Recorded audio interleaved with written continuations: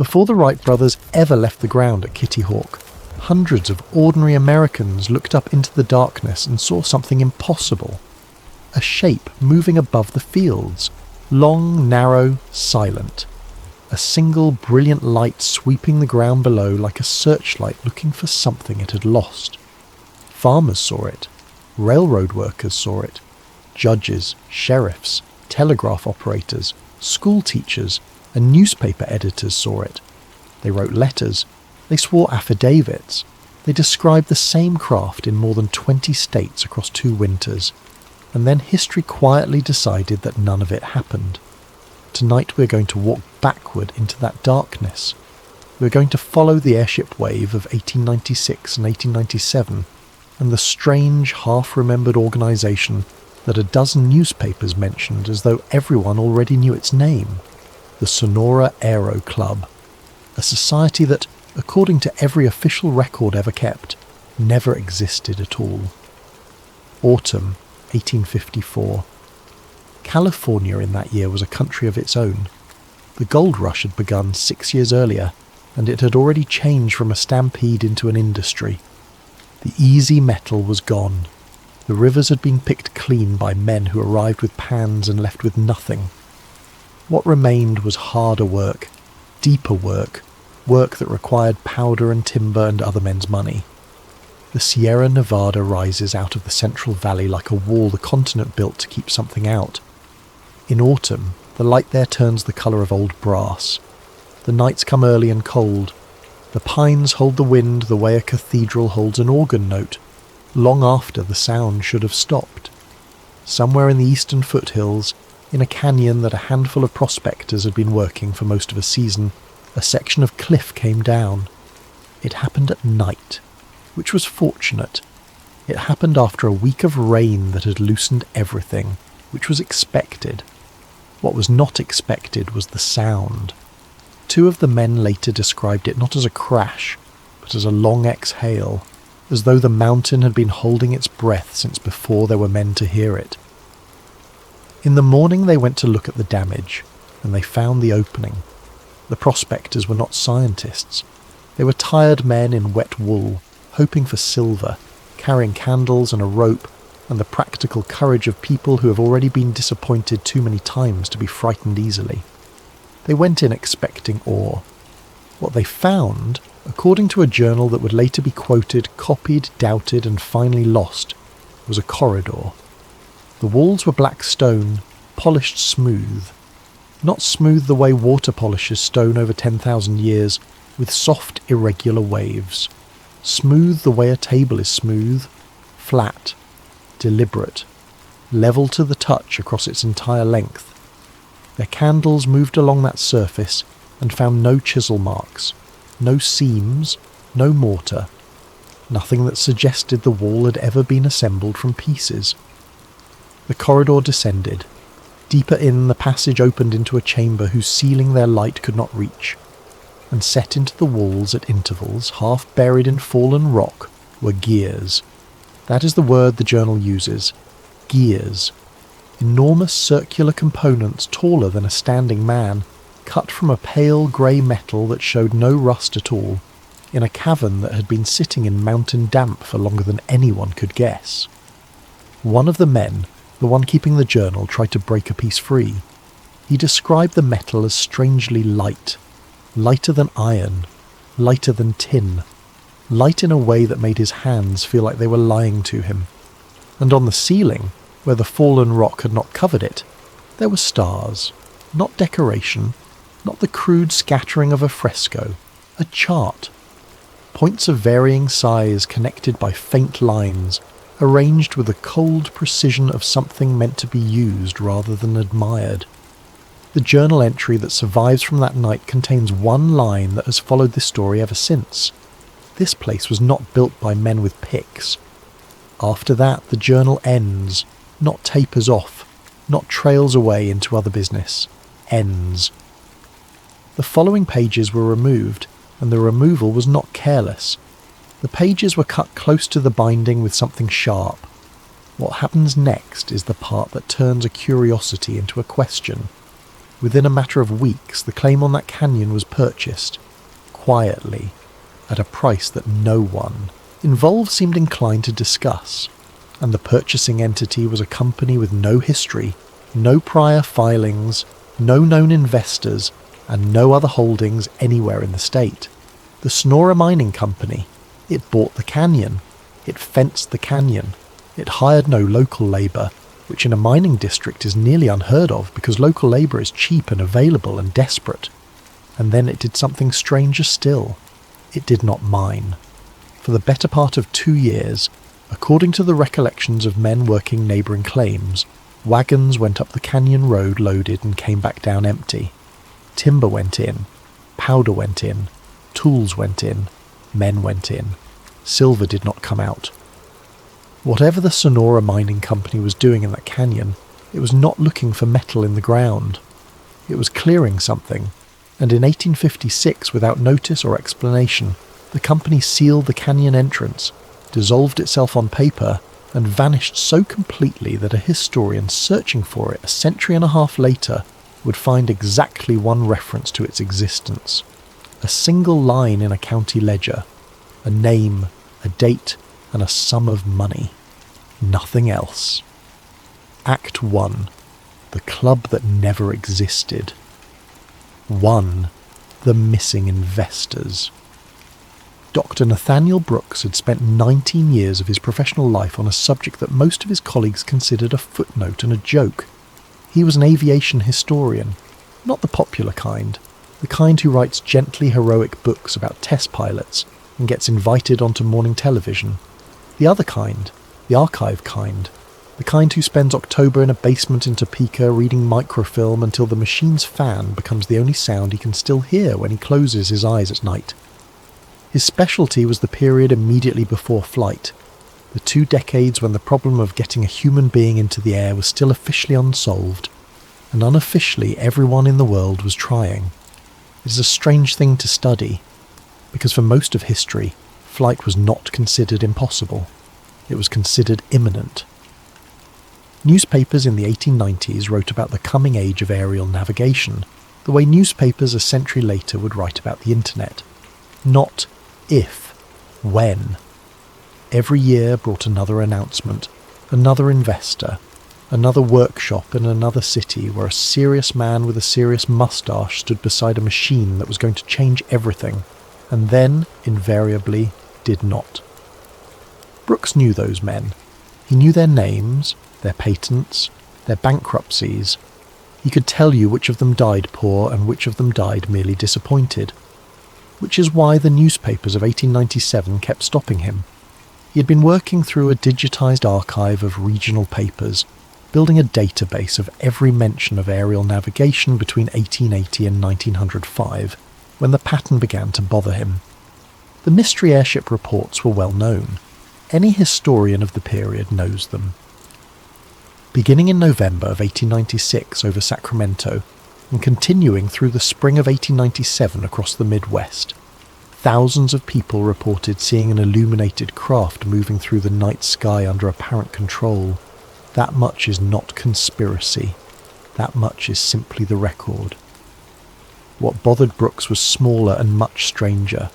Scattered through those reports in perhaps a dozen papers across 4 states was a name.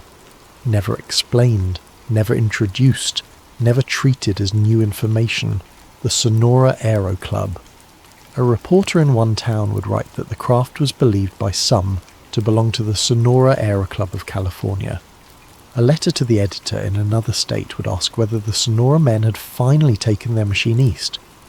A brief item in a third paper would mention, almost in passing, that the club had declined to comment. Decline to comment. You cannot decline to comment if you do not exist. Brooks did what any historian does. He went looking for the paperwork. There is always paperwork. This is the great, boring, beautiful truth of history, and it is the thing that makes conspiracy so difficult in the real world. Organisations leave residue. They incorporate. They file. They lease buildings and default on rent. They sue each other. They apply for patents and lose them. They appear in city directories and tax rolls in the classified advertisements at the back of trade journals looking for a machinist who is not afraid of long hours.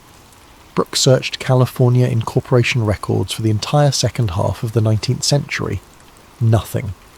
He searched Sonora County directories, 2 alumni county directories, San Francisco business listings, and the trade press. Nothing. He searched patent applications, both granted and refused, for every combination of the words he could think of. Nothing. He searched newspapers again, this time not for the sightings, but for the name alone. And here he found something that made him sit back in his chair in a very quiet room. The name appeared, in print, as early as 1878, 18 years before the airship wave, in a single sentence, in a San Francisco paper, in an article about a dinner honouring a retiring engineer. Among the attendees, the paper noted, were several gentlemen of the Sonora Aero Club, gentlemen of a club that had no address, no charter, no officers, no members, and no legal existence of any kind, attending a dinner. Brooks printed the page. He pinned it to the wall above his desk, and for the next several months he could not stop looking at it. 2. The airship wave. To understand why that sentence mattered, you have to understand what happened in the winter of 1896, and it is worth telling slowly, because it is one of the strangest episodes in American history and almost nobody remembers it. It began in Sacramento in November, the evening of the 17th, a clear night, and beginning around 6 o'clock, people across the city began stepping outside and looking up. There was a light moving above them, not a star. Stars do not move against the wind, not a balloon. Balloons drift, and this did not drift. It travelled, at an estimated altitude of 1,000 feet or more, in a straight line, and then it turned. Streetcar conductors stopped their cars in the middle of the street. Passengers got out. A crowd gathered on H Street and another on 12th, and people stood in the cold with their heads back and watched an electric light cross the sky above the capital of California. Some of them heard voices. That is one of the details that has always made the Sacramento sighting difficult to dismiss and impossible to forget.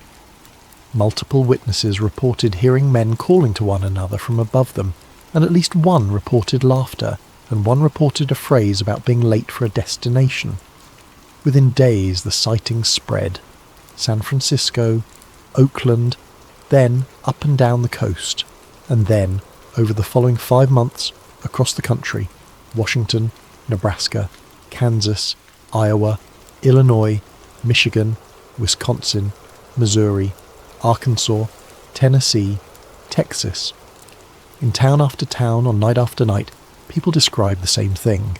A long dark hull, most often compared to a cigar, wings or fins sometimes, a brilliant white light at the front that swept the ground, coloured lights, red and green, at the sides, a humming or whirring sound, sometimes reported, sometimes conspicuously absent, and the same unsettling quality repeated by witness after witness, in their own words, in their own dialects, hundreds of miles apart. It seemed to be under control. That was the phrase. Under control, not drifting, not falling, steering. The scale of it is what people forget. This was not a handful of reports. Historians who have gone through the archives have counted well over 1,000 separate published sightings during that wave, and the real number of witnesses runs into the tens of thousands. Now, the honest part. A great many of those reports were nonsense. The 1890s were the golden age of the newspaper hoax. Competing papers in the same town would invent stories to sell copies, and one of the fastest ways to sell copies was to print something that made the rival paper look slow. Editors knew it. Readers half knew it. There was a kind of shared understanding that the news contained a certain percentage of entertainment, and nobody was terribly upset about it. Some of the airship reports are demonstrably invented, some were retracted, some were confessed to decades later by old men who thought it was funny, but not all of them, and that is the problem that has kept the airship wave alive for well over a century, because underneath the froth of hoaxes there is a residue of reports that do not behave like hoaxes, reports from small papers with no circulation war to win, reports from people with reputations to lose, who signed sworn statements, and who continued to insist on their accounts for the rest of their lives while their neighbours laughed at them. Brooks had read all of them, and it was not the wild ones that troubled him, it was the consistency. Consider what a hoax looks like when many people invent it independently. It looks like chaos. It looks like every writer reaching for a different image, because every writer has a different imagination. You get sea serpents in the sky. You get chariots.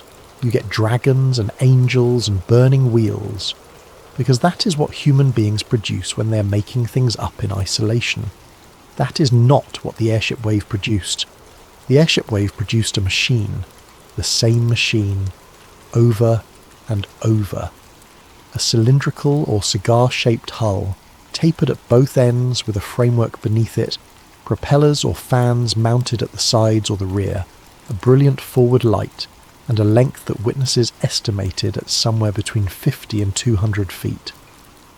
Farmers in Kansas who had never left their county described a craft that matched, in specific structural detail, one described 3 weeks earlier by a lawyer in Illinois.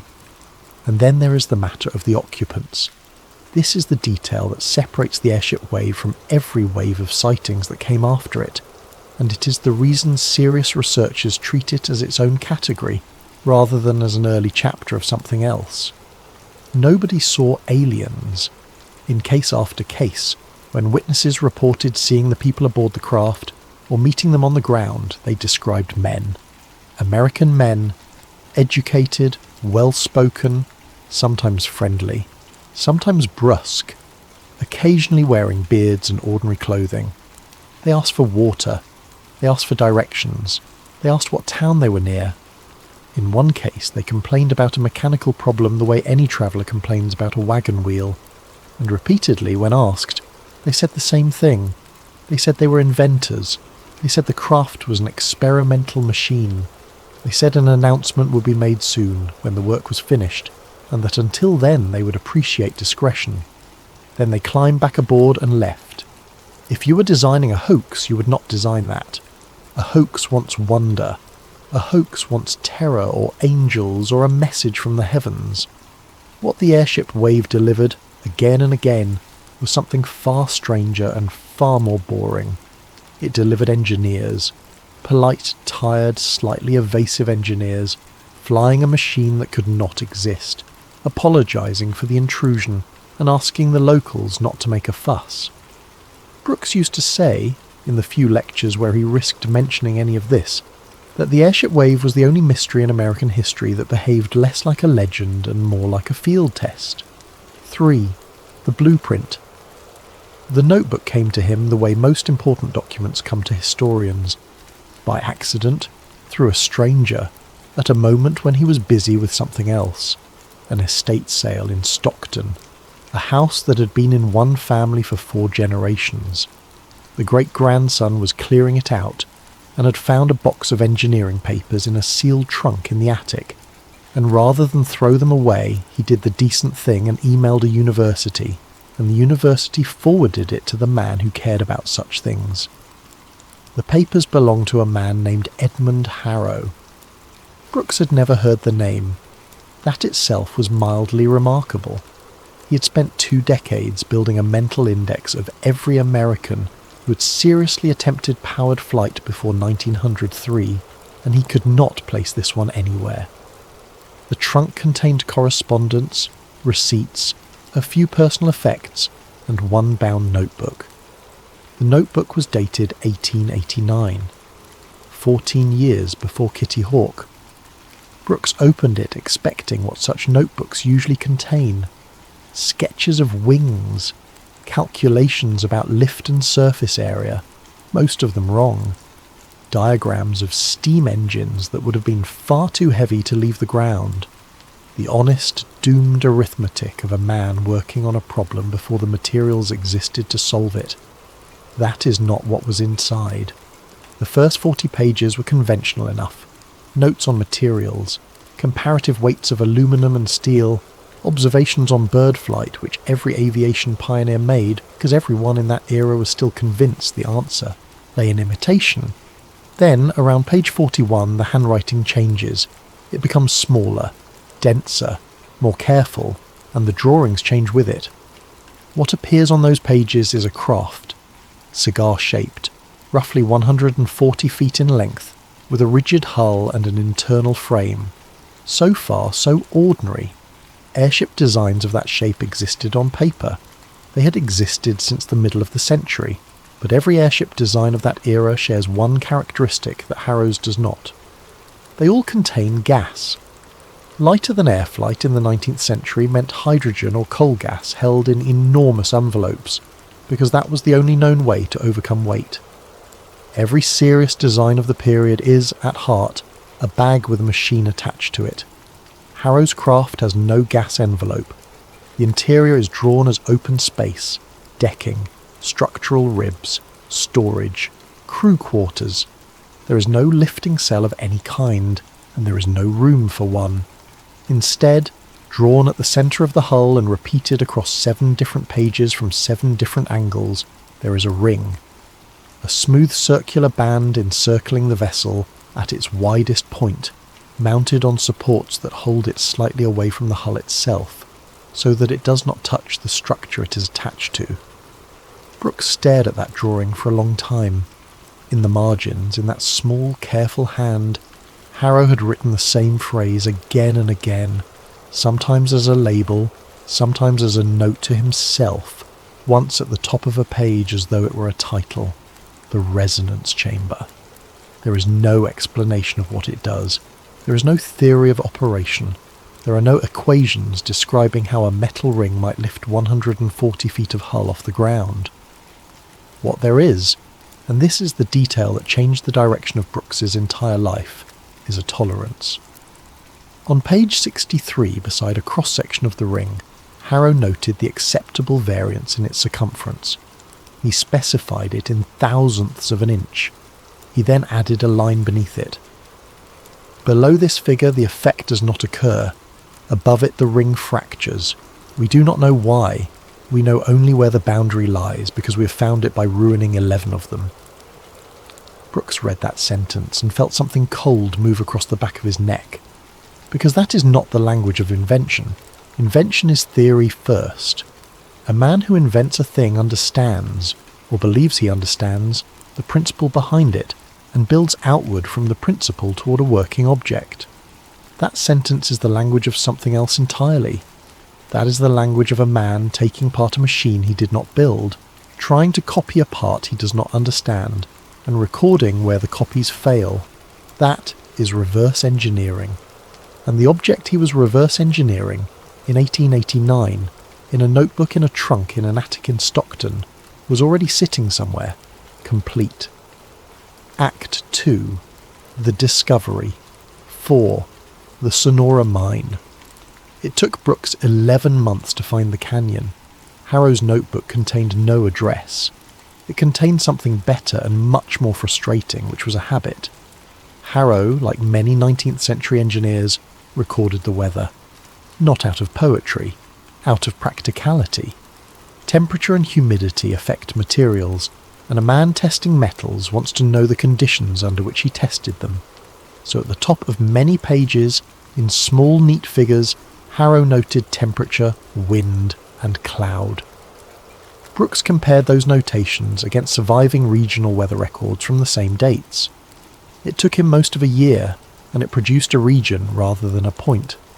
Somewhere in the western foothills of the Sierra Nevada, at an elevation of roughly 3,000 feet, in a zone about 40 miles across. Then he went back to the county ledgers, and there, on a page of transactions from the autumn of 1854, written in the tight brown ink of a clerk who had no idea he was writing anything at all, was a single entry. The Sonora Mining Company. A canyon claim. A sum of money considerably larger than the claim was worth. Brooks drove out in September. The road is gone now, or nearly. What remains is a fire road that the Forest Service maintains without enthusiasm, and then a track, and then nothing at all except the shape of a road that a person who knows what to look for can still read in the way the trees grow. The canyon itself is unremarkable. That is the first thing that strikes you about places like this. The extraordinary rarely announces itself. It is just a fold in the land with a dry creek at the bottom, and pines on the slopes and the particular deep quiet that mountains have in the late afternoon when the wind stops. There was collapsed timber, there were tailings, the grey fans of waste rock that mining leaves behind like scars. And that, Brooks noticed almost immediately, was the first thing that was wrong. There was not enough of it. Mining produces waste, enormous quantities of it. For every ounce of metal that comes out of a mountain, tons of broken rock come out with it, and that rock has to go somewhere, and where it goes is downhill, in great sterile heaps that remain visible for centuries. The tailings in that canyon were small, far too small for 2 years of continuous operation by a company that had bought timber and powder and hired dozens of men. Which meant one of two things. Either the Sonora Mining Company had done very little work in that canyon, or it had spent 2 years taking material out and not letting it be seen. The adit, the horizontal entrance into the hillside, had been sealed, not caved, sealed. Brooks could see the difference even under a century and a half of debris and root growth. A cave-in is chaos. This was masonry. Someone had walled the opening deliberately with dressed stone and then buried the wall. It took him 2 days with a crew of 3 graduate students and a great deal of institutional paperwork to open a gap large enough to crawl through. The air that came out was cold and dry and smelled of nothing at all. 5. The ancient workshop. The first 200 feet were an ordinary mine. That is important, and Brooks made a point of it in everything he wrote afterward. The tunnel was a genuine 19th century working. Timber sets holding the roof, pick marks on the walls, the diagonal scoring that hand tools leave, rail beds where ore cars had run, a candle niche cut into the rock with wax still in it, gone brittle and amber. Real men had really worked here. And then the tunnel ended in a wall of black stone, and the character of everything changed. The stone was polished. Brooks put his hand on it and understood, in a way that reading a journal entry from 1854 had never made him understand, exactly what those prospectors had felt. Mountains do not do this. Water does not do this. There is no natural process in the Sierra Nevada that produces a vertical plane of volcanic rock, 40 feet wide, flat to within a fraction of an inch across its entire surface, with a rectangular opening cut through the middle of it. And the 19th century tunnel did not lead to it by accident. The tunnel ran straight at it. For 200 feet that mine had been driven on a bearing that pointed at this wall like an arrow, which meant the men who dug it already knew where they were going. They had not discovered this. They had returned to it. Beyond the opening the floor descended, and the descent was a ramp, and the ramp was the wrong proportion. Slightly too shallow, slightly too wide. The kind of subtle dimensional wrongness that the body notices before the mind does, so that walking down it made all 4 of them uneasy without any of them being able to say why. And then the chamber. The lights they carried did not reach the far wall. It was not a city. Brooks wanted that understood, because the word city was the first thing every person he later told reached for, and it was wrong in a way that mattered. There were no dwellings, no hearths, no decoration, no plumbing, no drains, no evidence anyone had ever slept here, cooked here, worshipped here, or died here. It was a workshop.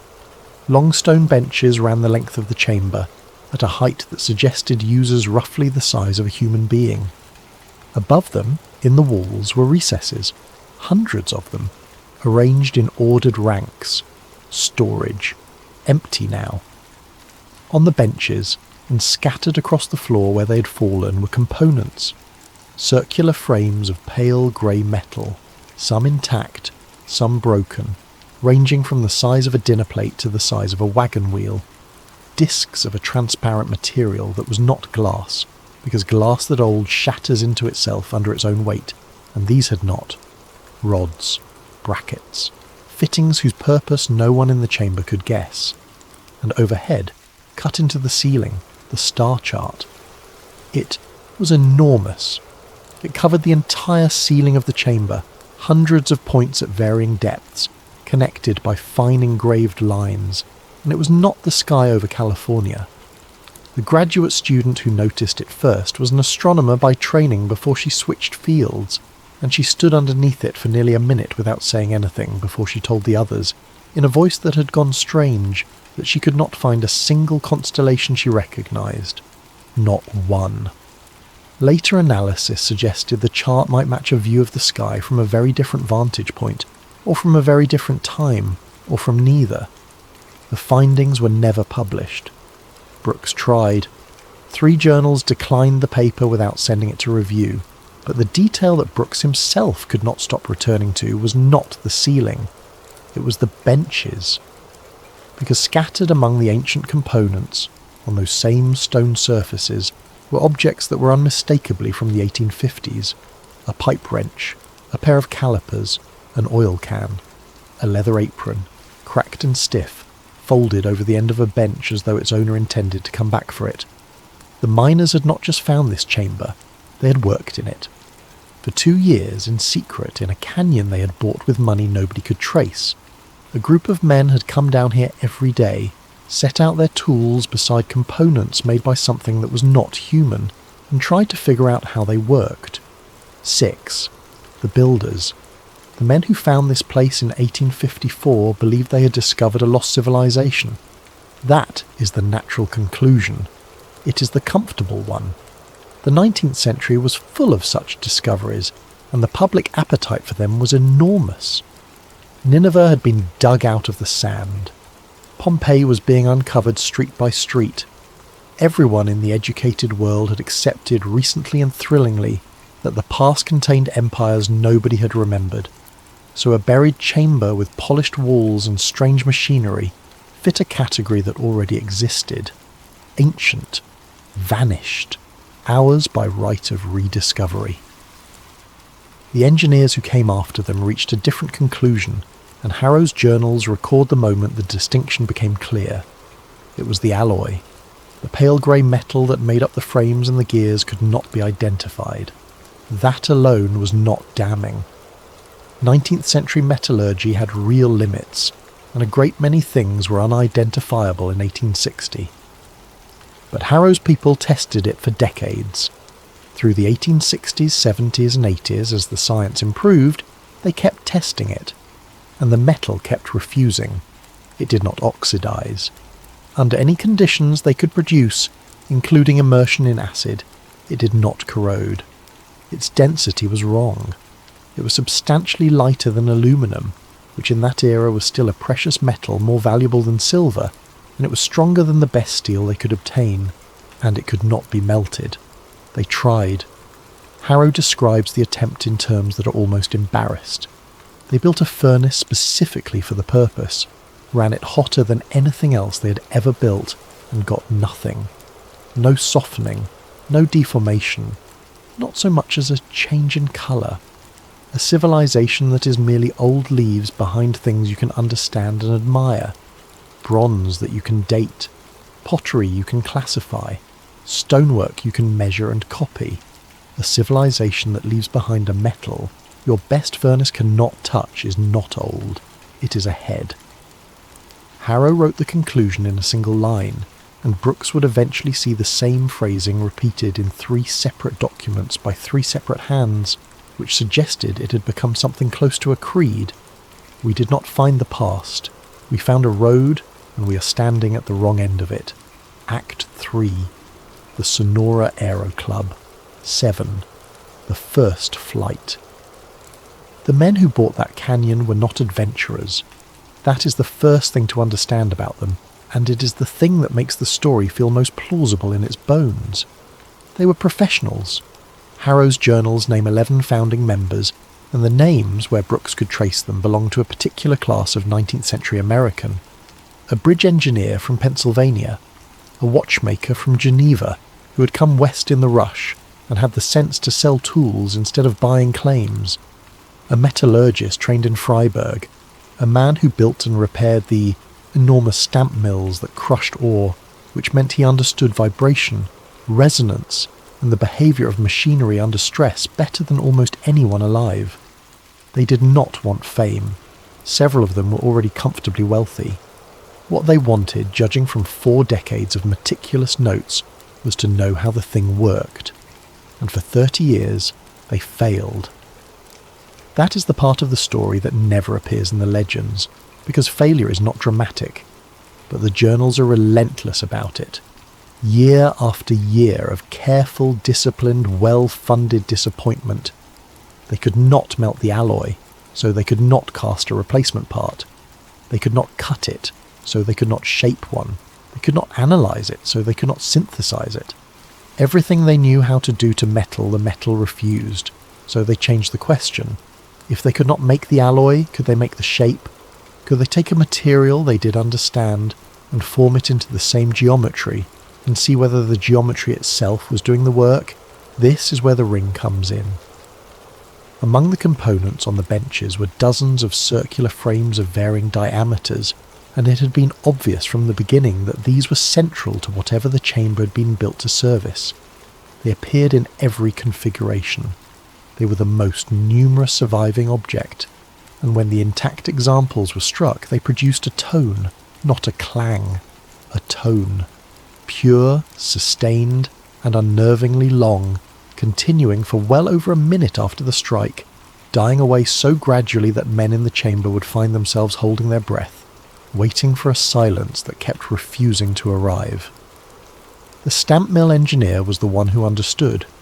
He had spent his career around machines that shook themselves apart, and he had learned the hard truth of resonance, that a small force applied at exactly the right interval will build, that a bridge can be destroyed by soldiers walking in step, that everything in the physical world has a frequency at which it will accept energy and refuse to give it back.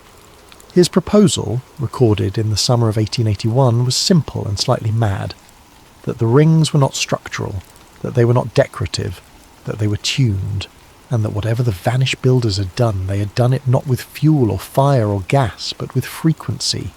It took 8 more years. The account of the first successful test in Harrow's hand in the autumn of 1889 occupies less than a page, and Brooks considered it the most extraordinary page of prose he had ever read, precisely because of how little it says. They had built a ring of their own alloy, an experimental blend 92 inches in diameter, machined to a tolerance that had taken them 3 years to learn how to achieve. They mounted it in a wooden cradle in a shed at the mouth of the canyon. They ran current through a coil arrangement that Harrow does not describe, which Brooks assumed was deliberate, and at a certain point the ring rose. It did not fly. It did not shoot into the sky. It lifted in the cradle roughly 4 inches, along with the cradle itself, and it hung there for 11 seconds, and it made no sound. Harrow's entry ends with a sentence that has stayed with everyone who has ever read it. We stood in a shed in the dark and watched a piece of metal decide not to be heavy, and not one of us could say a word, and afterward Whitcomb went outside and was sick in the grass. They named themselves that winter the Sonora Aero Club, aero from the Greek for air, club because that is what 19th century gentlemen called any group of men who met regularly with a shared interest, and because it sounded harmless. The name was chosen precisely because it sounded like nothing at all. 8. These secret tests. They flew at night. Always at night. That was the first rule, and for most of a decade it was enough. The early craft was small. Harrow's drawings show a progression, from a platform barely large enough for one man to a hull of perhaps 40 feet, and then the larger vessels of the 1890s.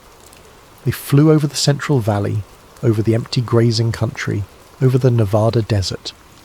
They mapped routes that avoided towns, ranch houses, and rail lines, and they timed their flights to the phases of the moon, preferring the dark of the month. And still, people saw them. You cannot fly a 100-foot object over a populated country and not be seen, no matter how careful you are. Somebody is always awake. Somebody is always outside. A ranch hand checking on a sick horse at 3 a.m. looks up, and there it is. The club's response to this problem was, in Brooks's estimation, the single most intelligent thing they ever did. They did not deny it. They amplified it. The journals described the strategy in cold, deliberate terms. Beginning around 1890, club members and paid intermediaries began feeding stories to newspapers, not truthful accounts, absurd ones. They reported airships shaped like enormous birds. They reported crews of dwarves. They reported messages dropped from the sky in unknown languages. They reported a captain who claimed to be from Mars, and a machine powered by compressed music, and a vessel that landed in a wheat field so that its pilot could ask a farmer for a sandwich. They mixed nonsense into the record until the record could no longer be trusted. Because here is the thing about ridicule. It does not merely discredit the false reports, it contaminates the true ones.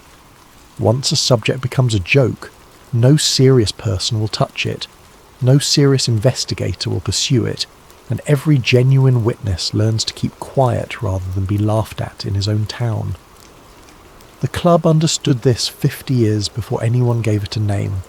Ridicule became their armour, and it worked so well that a century later the entire airship wave would be filed away under hoaxes and hysteria, and the small hard residue of reports that could not be explained would be dismissed along with everything else. 9. The rule of silence. Every member swore an oath, not a theatrical one. Harrow records it plainly, and it consists of a single commitment, that the technology would not be released to the world until the world could be trusted with it. New members always asked why. The reasoning is set down in the founder's own words, in an entry from 1892, and it is worth hearing in full because it is the moral centre of everything that follows. We have in our possession a means of lifting weight without fuel, without wings, and without sound.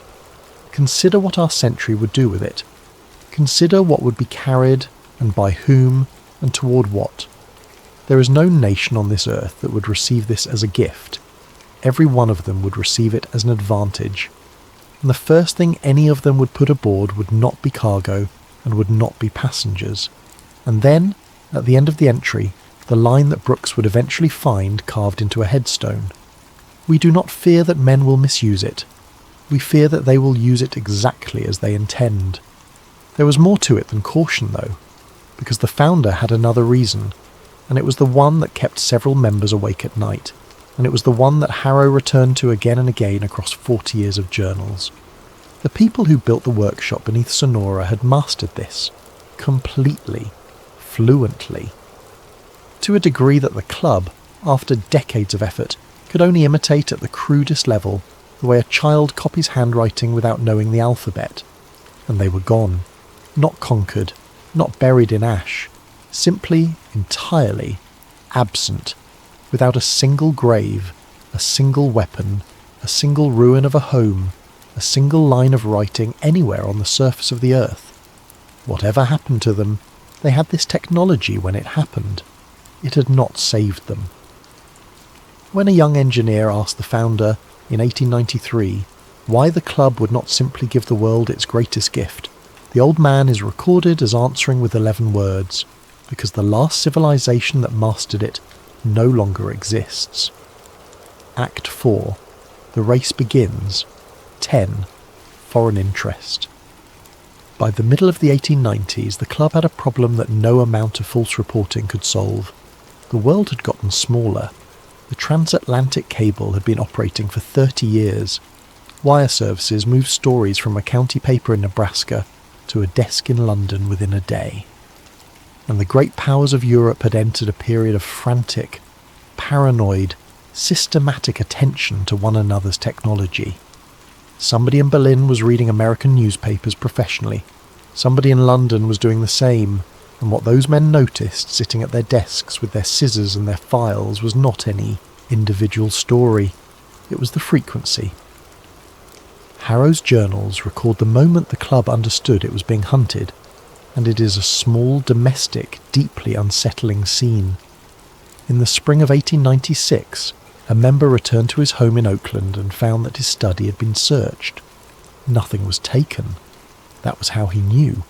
A thief takes, a professional reads, photographs and restores, and the only reason the member noticed at all was that he was a compulsively tidy man who kept his drawing instruments in a particular order, and the order was wrong.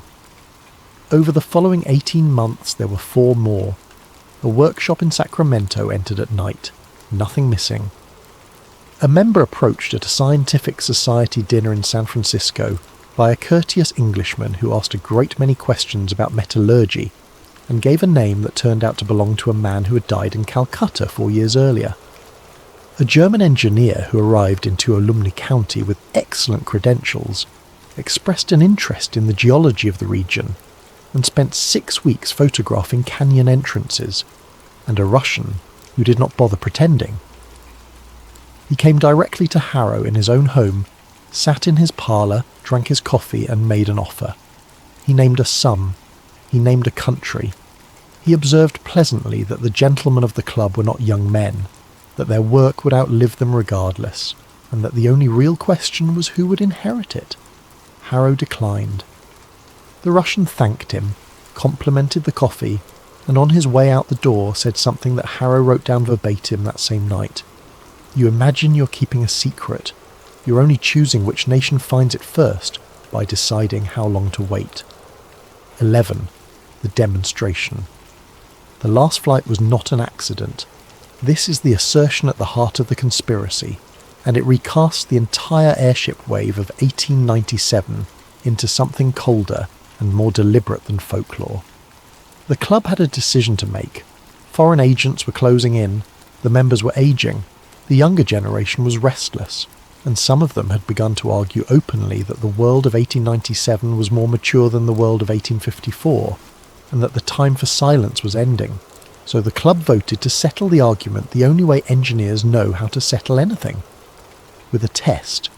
The proposal, recorded in February of 1897, was this: 1 flight, the largest vessel they possessed, a route across the most populated agricultural heartland of the country, at low altitude with lights, over a period of weeks, not to reveal themselves, to measure the response. If the world reacted with genuine scientific inquiry, with organised investigation, with governments demanding answers and universities mounting expeditions, then the world was ready and the club would come forward.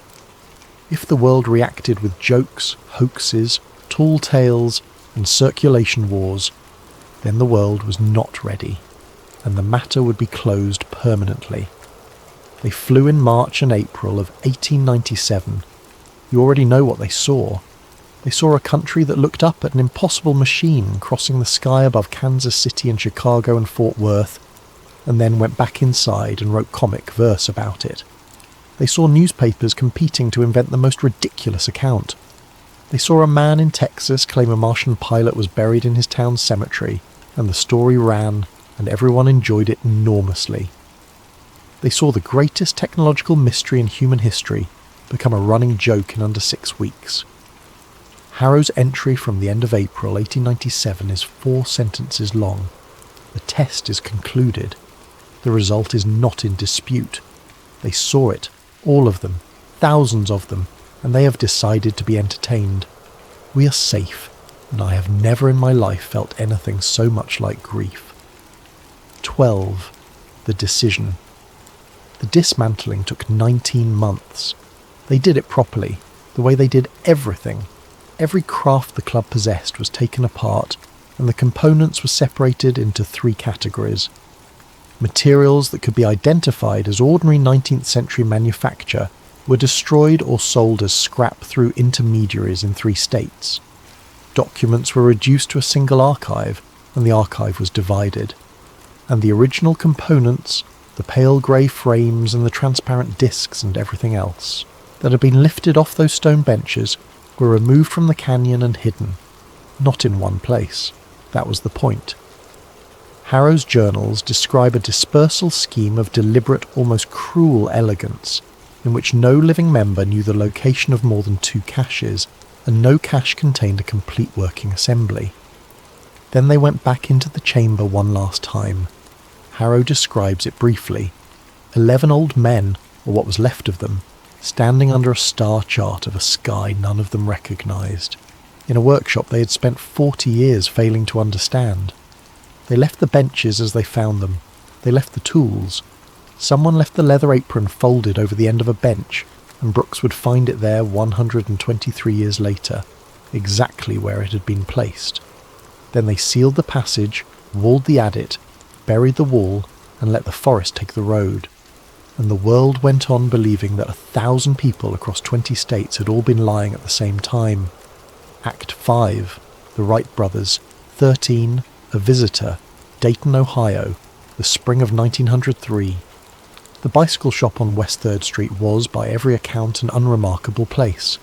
Two brothers who had never married, who lived with their father and sister, who repaired bicycles for a living and spent every spare hour and every spare dollar on a problem that most sensible people considered a species of madness. They were not wealthy. They had no institutional support. They had a wind tunnel they had built themselves out of a wooden box, and they had made more careful measurements of lift and drag in that box than every funded institution in the world combined. That is the real story, and it deserves to be said plainly before the fiction resumes. The Wright brothers solved flight by being better at engineering than anyone else alive. They solved it by realizing that the problem was not power, and was not lift, but control, which everyone else had ignored. They solved it with patience and arithmetic and thousands of hours of unglamorous work. Nobody gave it to them. That matters. But in the fiction of tonight's story, on an afternoon in the spring of 1903, an elderly man came into the shop. He was well dressed in an old-fashioned way. He walked with a cane he did not appear to need. He gave his name only as Mr. Harrow, and he said he had read about their gliding experiments at Kitty Hawk in a technical journal and had come a long way to see the workshop. He stayed nearly 3 hours. He asked about wing warping. He asked about the propeller shapes, and about the decision to test in a tunnel rather than in the field, and about the engine their mechanic had built when no manufacturer would supply one light enough. The brothers, who were guarded men and generally impatient with visitors, later remembered him because he asked good questions. Toward the end of the afternoon, the old man stood for a while in front of the machine, saying nothing. Then he said very quietly that they were going to succeed. Not that they might, that they would. Wilbur, who did not care for flattery, said something dismissive, and the old man turned and looked at him with an expression that neither brother ever adequately described, and said the only thing about the visit that they both remembered word for word. "Do not chase our path. Build your own. Yours will hold." Then he thanked them, and put on his hat, and walked out into the Ohio afternoon, and they never saw him again. They didn't know what he meant. Orville mentioned it once, decades later, as a curiosity. A strange old gentleman who came to the shop before Kitty Hawk and said something odd. He assumed the man had been talking about competitors. 14. Why history changed. The final entries in Harrow's journals are not about machines at all. They are about time. The club had spent 40 years trying to leap across a gap, and the last thing Harrow came to understand was that gaps of that kind cannot be leapt. They have to be walked. Because a technology is not an object. It is a civilization's entire accumulated understanding, expressed temporarily in a shape. The club had a ring that lifted. It did not have the physics that made the ring lift, the mathematics that predicted it, the industry that could produce it reliably, or the institutions that could hold it responsibly. They had an answer without the century of questions that gives an answer meaning. And Harrow realized, watching two bicycle mechanics in Ohio work their way toward flight with a wooden box and a set of tables, that the slow road was not the inferior one. It was the only one that arrived anywhere. The Wright brothers would build a machine that a nation could understand, because a nation had built the knowledge underneath it. Every step would be documented. Every principle would be teachable. Every improvement would be earned by someone who understood why it worked, and could therefore make the next improvement. The club's craft could fly, but if every member had died in a single week, the technology would have died with them, and the world would have been left with nothing but rumours and a metal ring nobody could explain. That was the decision. Not secrecy for its own sake, not hoarding, deference. Let the slow road run. Let humanity arrive at flight the way it arrives at everything real, incrementally, publicly, argumentatively, with patents and lawsuits and rival claims and improvements published in journals where anyone can read them. Harrow's last complete entry, written in 1906, is a single paragraph. "We are not the beginning of aviation. We were never the beginning. We were a group of men who found a book in a language nobody speaks and spent our lives copying out 3 sentences we did not understand. In Ohio, there are 2 brothers writing a language of their own, letter by letter, and their grandchildren will read it fluently. Let them. It is better this way. I am tired, and I am not sorry." 15. Operation Paperclip. The story should end there, and for 40 years it did. Then the Second World War ended, and the United States began the enormous, morally complicated project of absorbing German science. Operation Paperclip is real. That is documented history. More than 1,600 German scientists, engineers and technicians were brought to the United States between 1945 and the early 1950s, along with warehouses of captured technical material, and their war records were quietly laundered to make it possible. Most of what came back was rocketry, aeronautics and medicine. But the sheer volume of captured paper meant that American analysts spent years reading files that nobody had specifically requested, and some of those files came from institutions whose research had nothing to do with weapons at all. Among them were the archaeological bureaus. The Third Reich funded expeditions in search of the origins of what it imagined to be an ancient master civilization. That is also documented, and it was as pseudo-scientific and as ideologically corrupt as it sounds. Tibet, Scandinavia, the Middle East. Teams sent out at enormous expense to find evidence for a history that did not exist. In the fiction of tonight's story, one of those files concerned California, a folder assembled in the late 1930s containing translated American newspaper clippings from 1896 and 1897, a map of Tuolumne County, photographs of canyon entrances taken by a German engineer on a geological tour in 1897, and a typed summary in which an analyst in Berlin concluded that an American private society had been in possession of a lifting technology of unknown principle, and that the society had abruptly ceased operations in 1898. The Germans had been looking for the Sonora workshop. They had never found it. The war had ended first. The Americans who read that file in 1948 had 2 advantages the Germans lacked. They were already in California, and they had county records. A small team went out in the autumn of 1949. It took them 3 weeks to locate the canyon and 2 days to open the adit, which had been sealed with dressed stone and buried. They walked the 200 feet of 19th century tunnel. They found the polished black wall and the rectangular opening. They walked down the ramp with its slightly wrong proportions into the chamber under the star chart. And they found exactly what Brooks would find 70 years later. Benches, tools, a leather apron, fragments of metal and transparent discs that could not be identified, in quantities far too small to assemble anything. Someone had emptied the room decades before they arrived, and had done it so thoroughly and so long ago that there was nothing left to pursue. The file was closed, the chamber was catalogued, photographed and reported, and the report went into a system that in 1949 was already producing more paper than anyone could read. And there it stayed. Act 6. The final discovery. 16. The last founder. Edmund Harrow died in 1909 and is buried in a small cemetery outside Stockton, California, under a granite headstone that has weathered badly and leans slightly to the east. Brooks went to find the grave for the most ordinary of reasons. He was writing a paper. He wanted dates.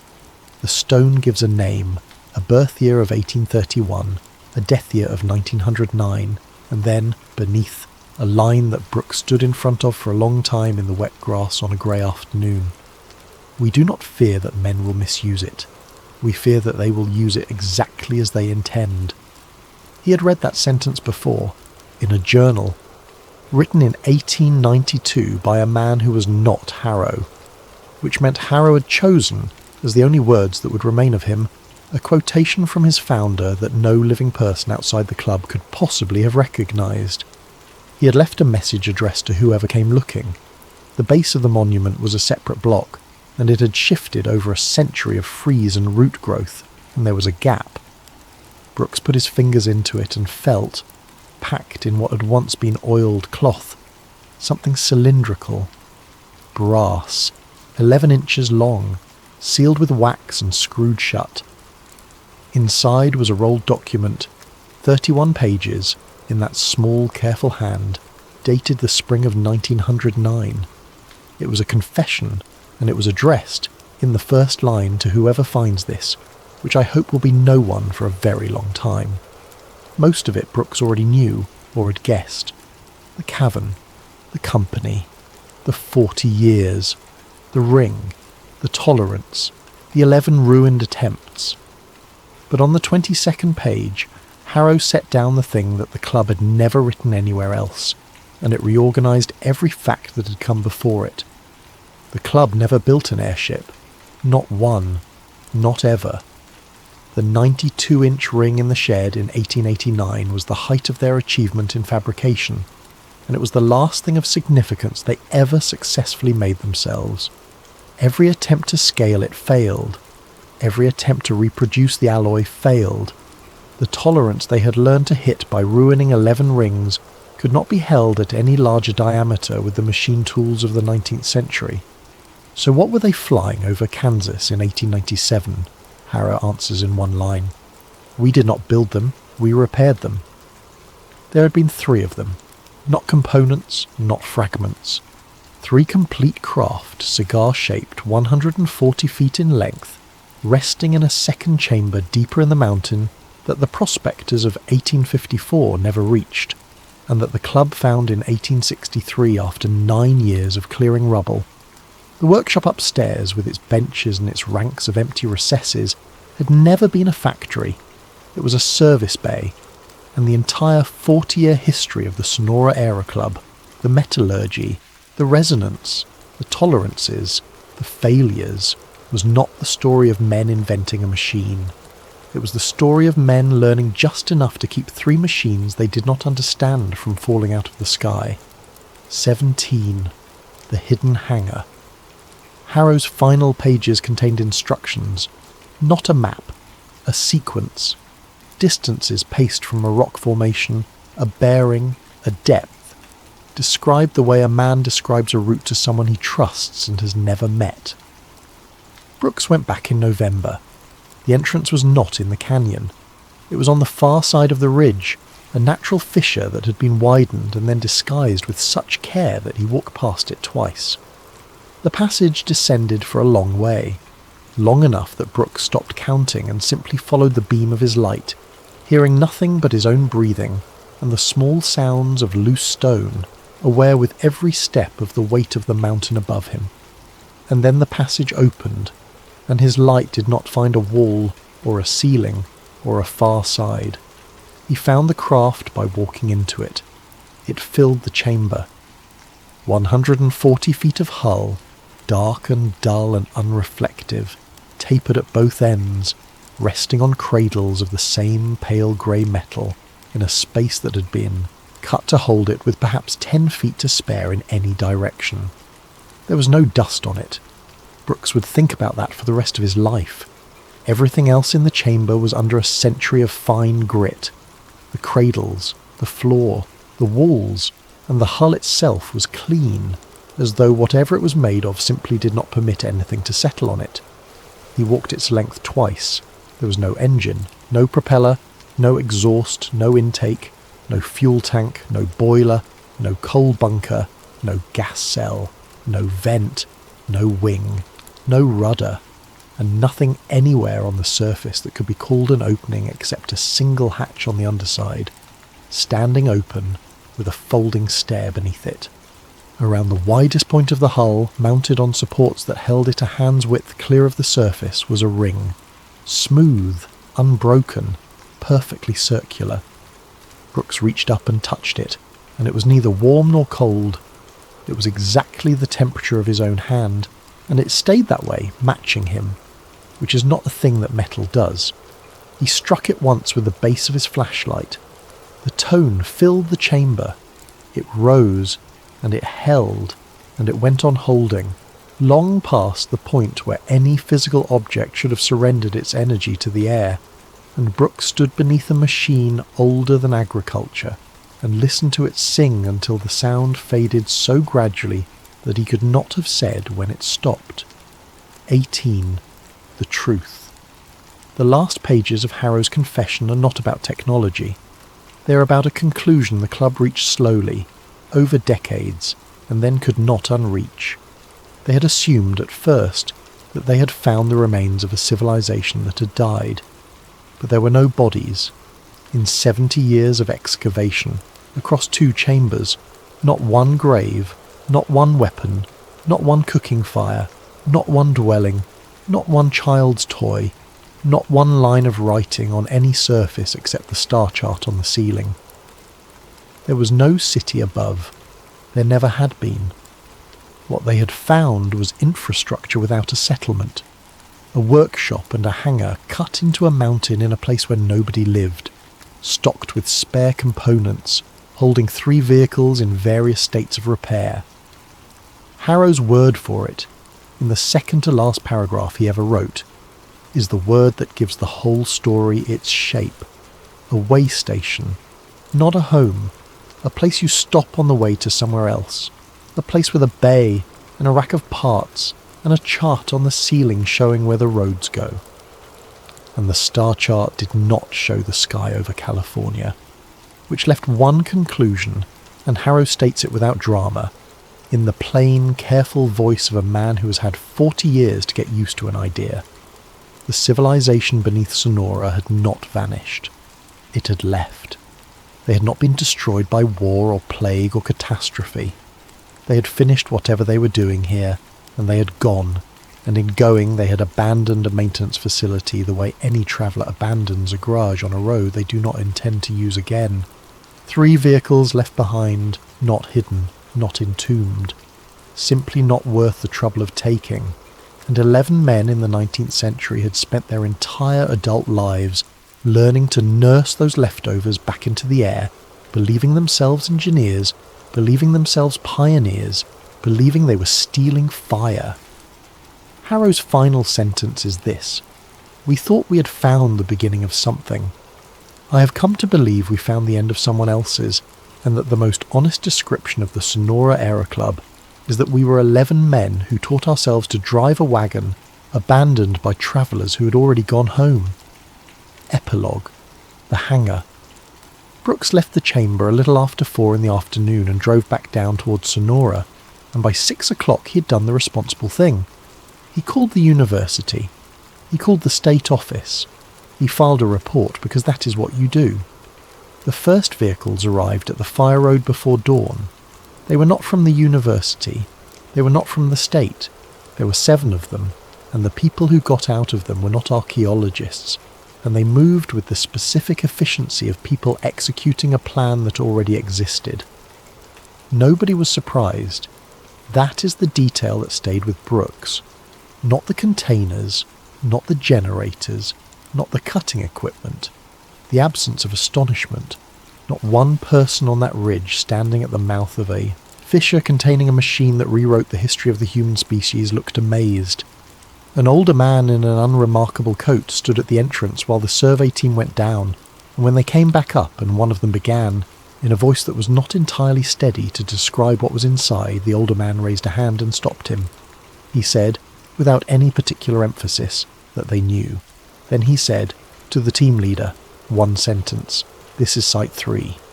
There was a pause on that ridge, and a younger member of the recovery team asked the question that anyone would have asked. What happened to Sites 1 and 2? The older man looked out across the canyon, where the light was just beginning to come up behind the ridgeline, and he smiled slightly, and he answered. They were found long before the club ever reached California. The chamber was emptied over 11 days. The fissure was collapsed with a shaped charge, and the debris was landscaped. The Forest Service reclassified the entire area as a hazard closure, and the closure has never been lifted. Brooks was not prosecuted, not threatened, and not contacted again. His paper was rejected by 4 journals. The photographs he took do not display correctly on any device he has ever tried. The brass cylinder was collected from his office by two polite people with a receipt. He still has the receipt.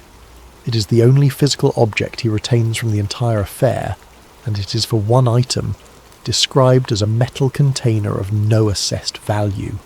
The final twist.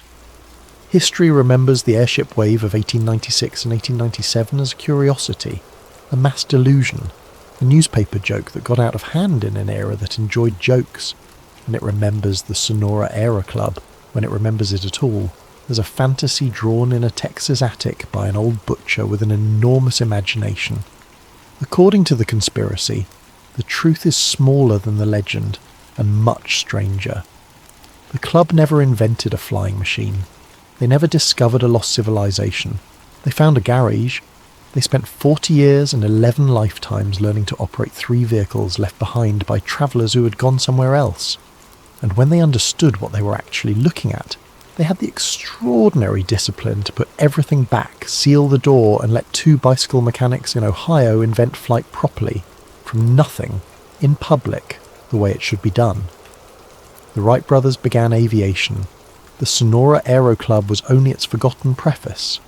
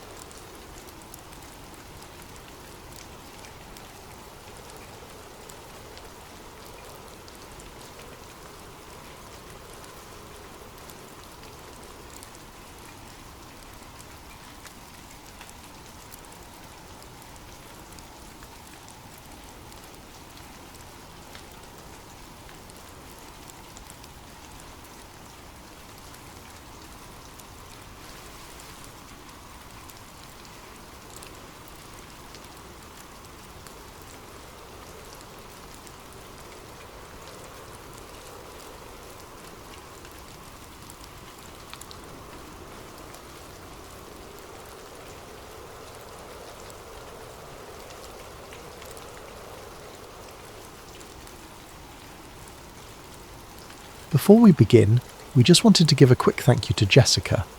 Thank you so much for the kind donation over on Buy Me a Coffee, and thank you for the time you've given this channel, which is honestly worth even more. You've been around here a long while now, hanging out in the comments, listening in the small hours the same way a lot of you are right now, and every so often you'll send over a video idea, and some of those have turned into episodes that thousands of people have fallen asleep to since.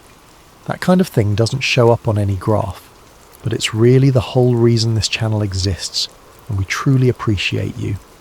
And that brings me to something I want to mention to all of you listening tonight. Wherever you are, whatever hour it happens to be where you're lying right now, if you ever decide to leave a donation over on Buy Me a Coffee, please leave a video idea along with it. Tell us what keeps you awake. Tell us the story you have always wanted to hear told properly, slowly, in the dark, with the lights off and the world quiet. Because when you do that, the episode becomes yours. Your name goes at the front of it. Your idea becomes the thing that thousands of other people fall asleep to. We have built this entire library that way, one suggestion at a time, and it is honestly one of the best parts of doing this. It is truly appreciated, and we are so glad you're enjoying the content. Speaking of ideas that became episodes, tonight's story comes to us from Nathaniel. Nathaniel, thank you. This one has been sitting in the queue for a while, not because it was forgotten, but because it needed room. It needed the long treatment. It needed to be told the way it deserves to be told, with all of the strange edges left in, and none of the difficult parts smoothed over. So tonight, that is exactly what we are going to do. All right, get comfortable. Let the room go dark. Let your shoulders drop away from your ears, and let your jaw unclench, because you have probably been holding it without noticing. Tonight, we are going to Florida. Not the Florida of postcards and beaches and neon. We are going to the inland Florida of pine scrub and swamp gas and heat that does not break after sundown. We're going to a place that covers 464,000 acres of land and controls more than 120,000 square miles of airspace and water range beyond that. A place so large that entire towns could disappear inside it, and nobody would ever notice the gap. We are going to Eglin Air Force Base, and we are going to talk about 6 men who walked out of it in July of 1990 and did not come back. This is the story of the Gulf 6. This is the mission that never ended. Now, before we go any further, I need to be honest with you about what this story is, because that honesty is the whole foundation of this channel, and I am not going to abandon it now. There was a real disappearance. That part is documented, verifiable, and genuinely strange. In July of 1990, 6 United States Army soldiers assigned to the 7th Special Forces Group vanished from Eglin Air Force Base in Florida. They were real men with real names and real families. The event was real. The nationwide search was real. The headlines were real. What happened next, in the official record, is that those 6 men eventually surrendered and were prosecuted for being absent without leave. There is no evidence, none whatsoever, that anything described in the second half of tonight's story actually occurred. What we are building tonight is a work of speculative fiction. It grows out of a real event the way a vine grows out of a crack in concrete, and the crack is real, but the vine is something we are planting ourselves. I tell you this now so that you can let go of the work of sorting fact from invention. You do not have to keep score tonight. Just listen. Let the story carry you down. Ready? Then let us begin where every version of this story begins, at a gate, in the heat, in the summer of 1990. Part 1. The base that ate the map. To understand what happened at Eglin, you first have to understand Eglin itself, and I do not think most people ever really have. When you hear the words Air Force Base, you probably picture something with a fence around it, a runway, a cluster of hangars, some barracks, a commissary, a water tower with a name painted on the side. Something you could drive around the perimeter of in 20 minutes, something with a definite shape. Eglin is not that. Eglin Air Force Base is the largest Air Force base in the world by land area. It occupies a stretch of the Florida Panhandle so vast that when you look at it on a map, the reservation appears less like a military installation and more like a geological feature, a blank space, a place where the roads simply stop and the names of towns give way to nothing at all. 464,000 acres. That is roughly 725 square miles of pine forest, sand ridge, cypress swamp and coastal marsh. You could set the entire city of Los Angeles down inside it and still have room left over for the woods to swallow the edges, and it does not stop there. Beyond the land itself, Eglin controls an enormous stretch of restricted airspace and open Gulf water, more than 120,000 square miles of it. There are places on that range where a person could stand and turn a complete circle and see nothing in any direction that indicates the 20th century ever happened. Just pine, just sand, just the low hum of insects and the pressure of the heat. The base was built in the 1930s, and it grew during the Second World War the way everything military grew during the Second World War, which is to say enormously and quickly, and without much regard for what it displaced. Whole communities were bought out, roads were closed, small towns that had existed since the 1800s simply became range numbers. By the summer of 1990, Eglin had been swallowing things for over 50 years. The Second World War pilots trained there for the Doolittle raid, practicing short takeoffs on marked strips in the Florida sand before they ever saw the deck of a carrier. In the decades that followed, the range hosted weapons testing of nearly every conceivable kind. Airdropped ordnance, guided munitions, countermeasure systems, test articles that had names in the records and no descriptions attached to them. There are, on the Eglin Reservation, hundreds of numbered test sites. Some of them are elaborate installations with permanent staff and climate-controlled buildings. Others are little more than a concrete pad in a clearing with a fence around it, and a sign that gives a number and a warning and nothing else. Some of them are still in use. Some of them were abandoned decades ago, and are being slowly reclaimed by the pines, their access roads dissolving back into sand, their gates rusting shut. That is the important part. Hold on to that. Eglin is not one place. Eglin is hundreds of places, and many of them are alone in the woods, and many of them have been alone in the woods for a very long time. It is a base with pockets, and what our story asks, in the gentlest possible way, is a simple question. What if something was in one of those pockets? Part 2. The summer of 1990. Now let us set the season, because the season matters. The summer of 1990 was a strange hinge in history, and people living through it could feel the hinge turning, even if they could not name it. The Berlin Wall had come down 8 months earlier. The Cold War, the great organising structure of American military life for 45 years, was visibly ending. Entire careers had been built around an adversary that was, week by week, ceasing to exist.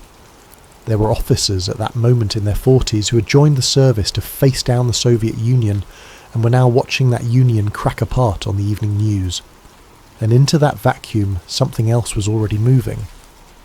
On August 2nd of 1990, Iraqi forces would cross into Kuwait, and the entire American military apparatus would pivot toward the Persian Gulf.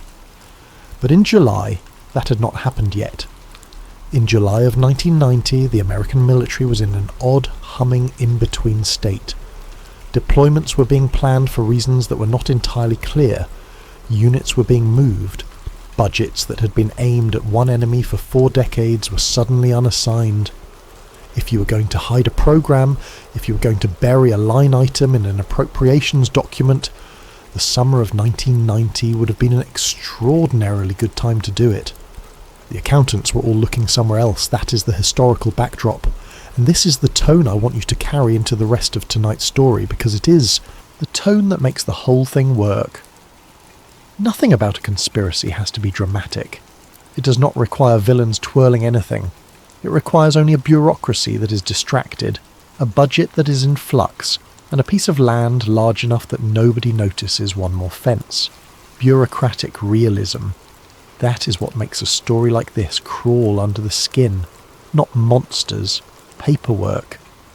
Part 3, 6 men. The 7th Special Forces Group is not an ordinary unit. Special Forces soldiers, the ones people call Green Berets, are selected through one of the most demanding assessment processes in the American military. The washout rate is severe. The training is long, measured in years rather than weeks.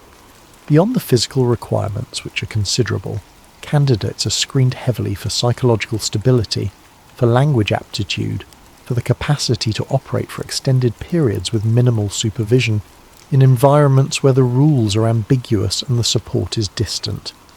That last quality is the one that matters most for our story. Special Forces soldiers are not trained to be obedient in the simple sense.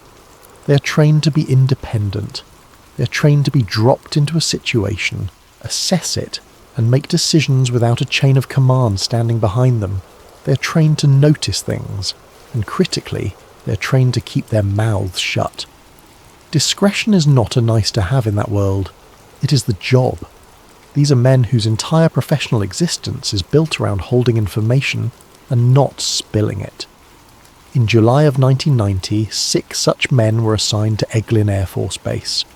They were, by every account that survives, competent soldiers, not troublemakers, not disciplinary cases, men with clearances, with records, with careers in motion, men who had already given the army years of their lives and had every reason to give it more.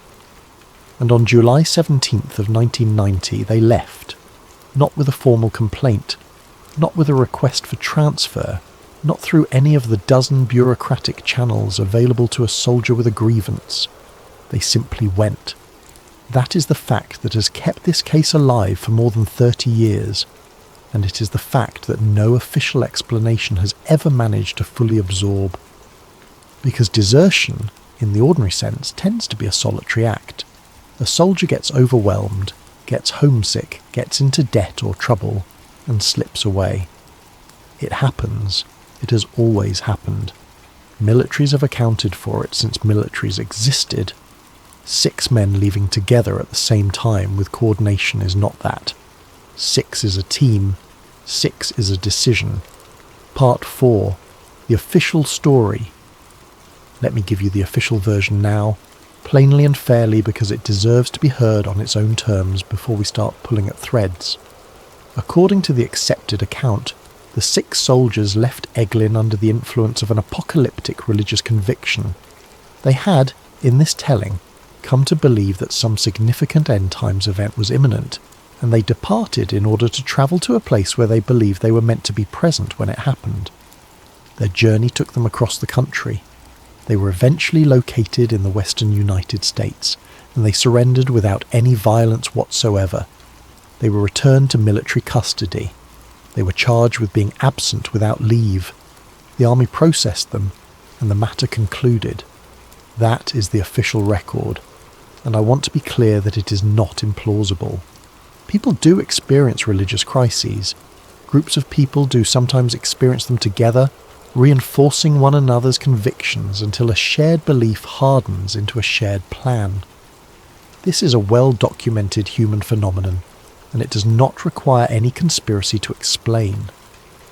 But there are aspects of the case that have kept people talking for 3 decades, and those aspects are what our story tonight is built out of. The first is the coordination. This was not a spontaneous walk-off. It had structure. The second is the training. These were men specifically selected for psychological resilience and screened repeatedly for stability. Whatever moved them past filters that are designed to catch exactly this. The third is the silence afterward. The men served their consequences and by and large did not spend the following decades publicly relitigating what happened. There was no book tour, no documentary, circuit, no lawsuit. Silence can mean many things. Silence can mean embarrassment. Silence can mean a chapter of life a person simply wants closed. Or, if you're the sort of person who is inclined to build a story out of a gap, silence can mean something else entirely. Tonight, we're going to be that sort of person.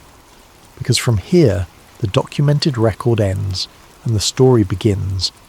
and I want to be absolutely clear one final time because I take this seriously. Everything that follows is invention. It is a story. It is a thing we are making together in the dark, and none of it is claimed as fact. But it starts, as the best of these stories always do, with a real man on a real night, standing at the edge of a real forest, looking at something he was not supposed to see. Part 5. Strange Orders. It started, as these things always do, with something too small to report. In the last week of June, the 6 men began receiving assignments that did not fit the shape of anything they had done before. Understand how a special forces team normally receives work.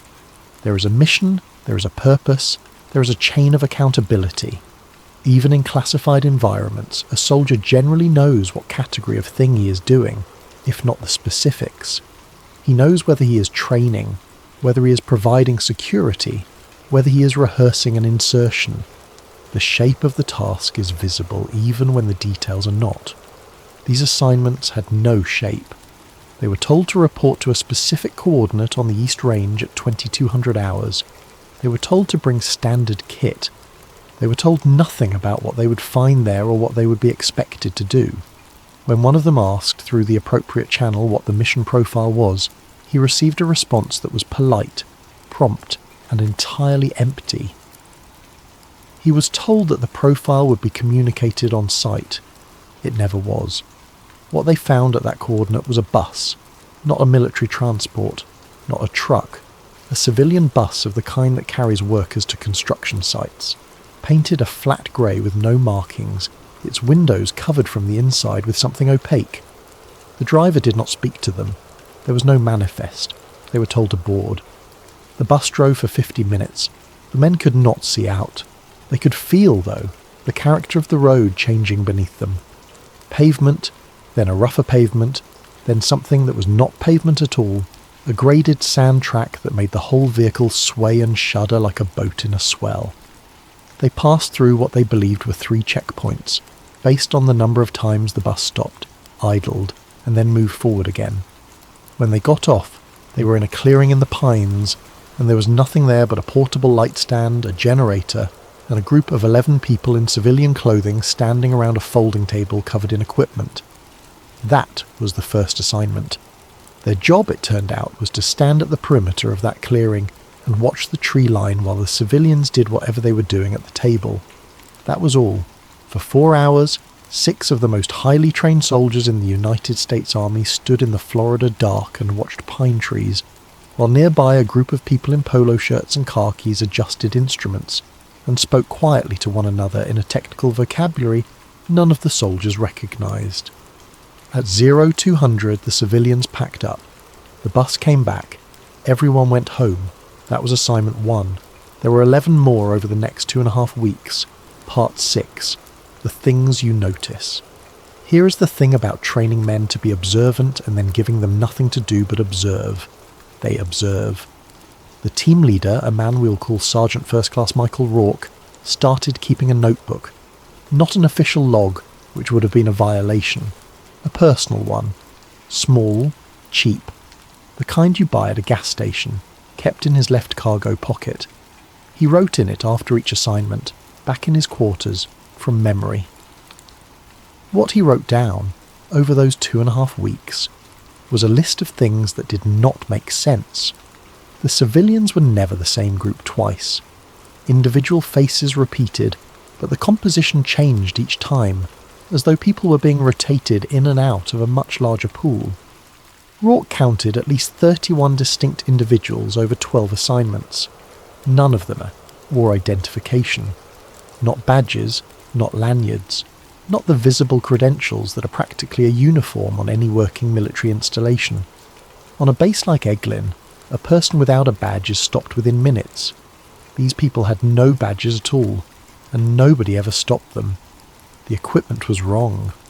Rourke had been around enough hardware to recognise its general lineage, even when he did not know the specific system. Military equipment has a look. It is built to a standard, it is finished a particular way, it carries stock numbers and manufacturer plates in predictable locations. What he saw on those folding tables did not look like that. It looked like laboratory equipment. It looked, in his words, like something out of a university. Every operation was at night. Not most, every single one. And then there were the malfunctions. The first time it happened, Rourke assumed a battery had gone bad.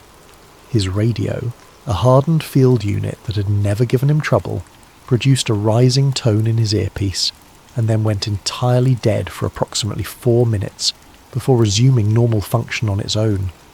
The second time, it happened to 3 radios at once, simultaneously, and when they came back, all 3 came back at the same instant. Simultaneous failure across independent units, followed by simultaneous recovery, is not a battery problem. That is an environmental effect. That is something in the air. The compasses were worse. On the 6th assignment, one of the soldiers, checking his bearing out of pure habit during a long shift, noticed his compass needle drifting. Not swinging wildly, drifting. Rotating slowly and steadily, perhaps 2 degrees every 10 seconds, as though the entire magnetic north of the planet were being gently and continuously relocated somewhere off to his left. He watched it for 6 minutes. It rotated through more than 180 degrees during that time. Then it stopped, hung motionless for perhaps 20 seconds, and swung back to true north with a snap he could feel through the housing. He showed the others. Nobody said anything for a while. Then one of them, the youngest, said what everybody was thinking. There is nothing in the field manual for that. Part 7. The paperwork. On the 8th assignment, before boarding the bus, they were handed additional documents to sign. This is worth pausing on, because to understand why it alarmed them, you need to understand what these men were used to. Every soldier at their level had already signed a great deal of paperwork. Non-disclosure agreements are routine in that world. Special access program briefings come with their own read-on documents. A man with a high clearance has signed his name to secrecy dozens of times and thinks nothing of it.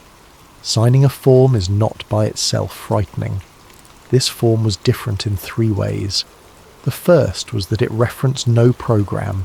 Every read-on document any of them had ever signed identified, at minimum, the compartment they were being admitted to, even if only by a code word.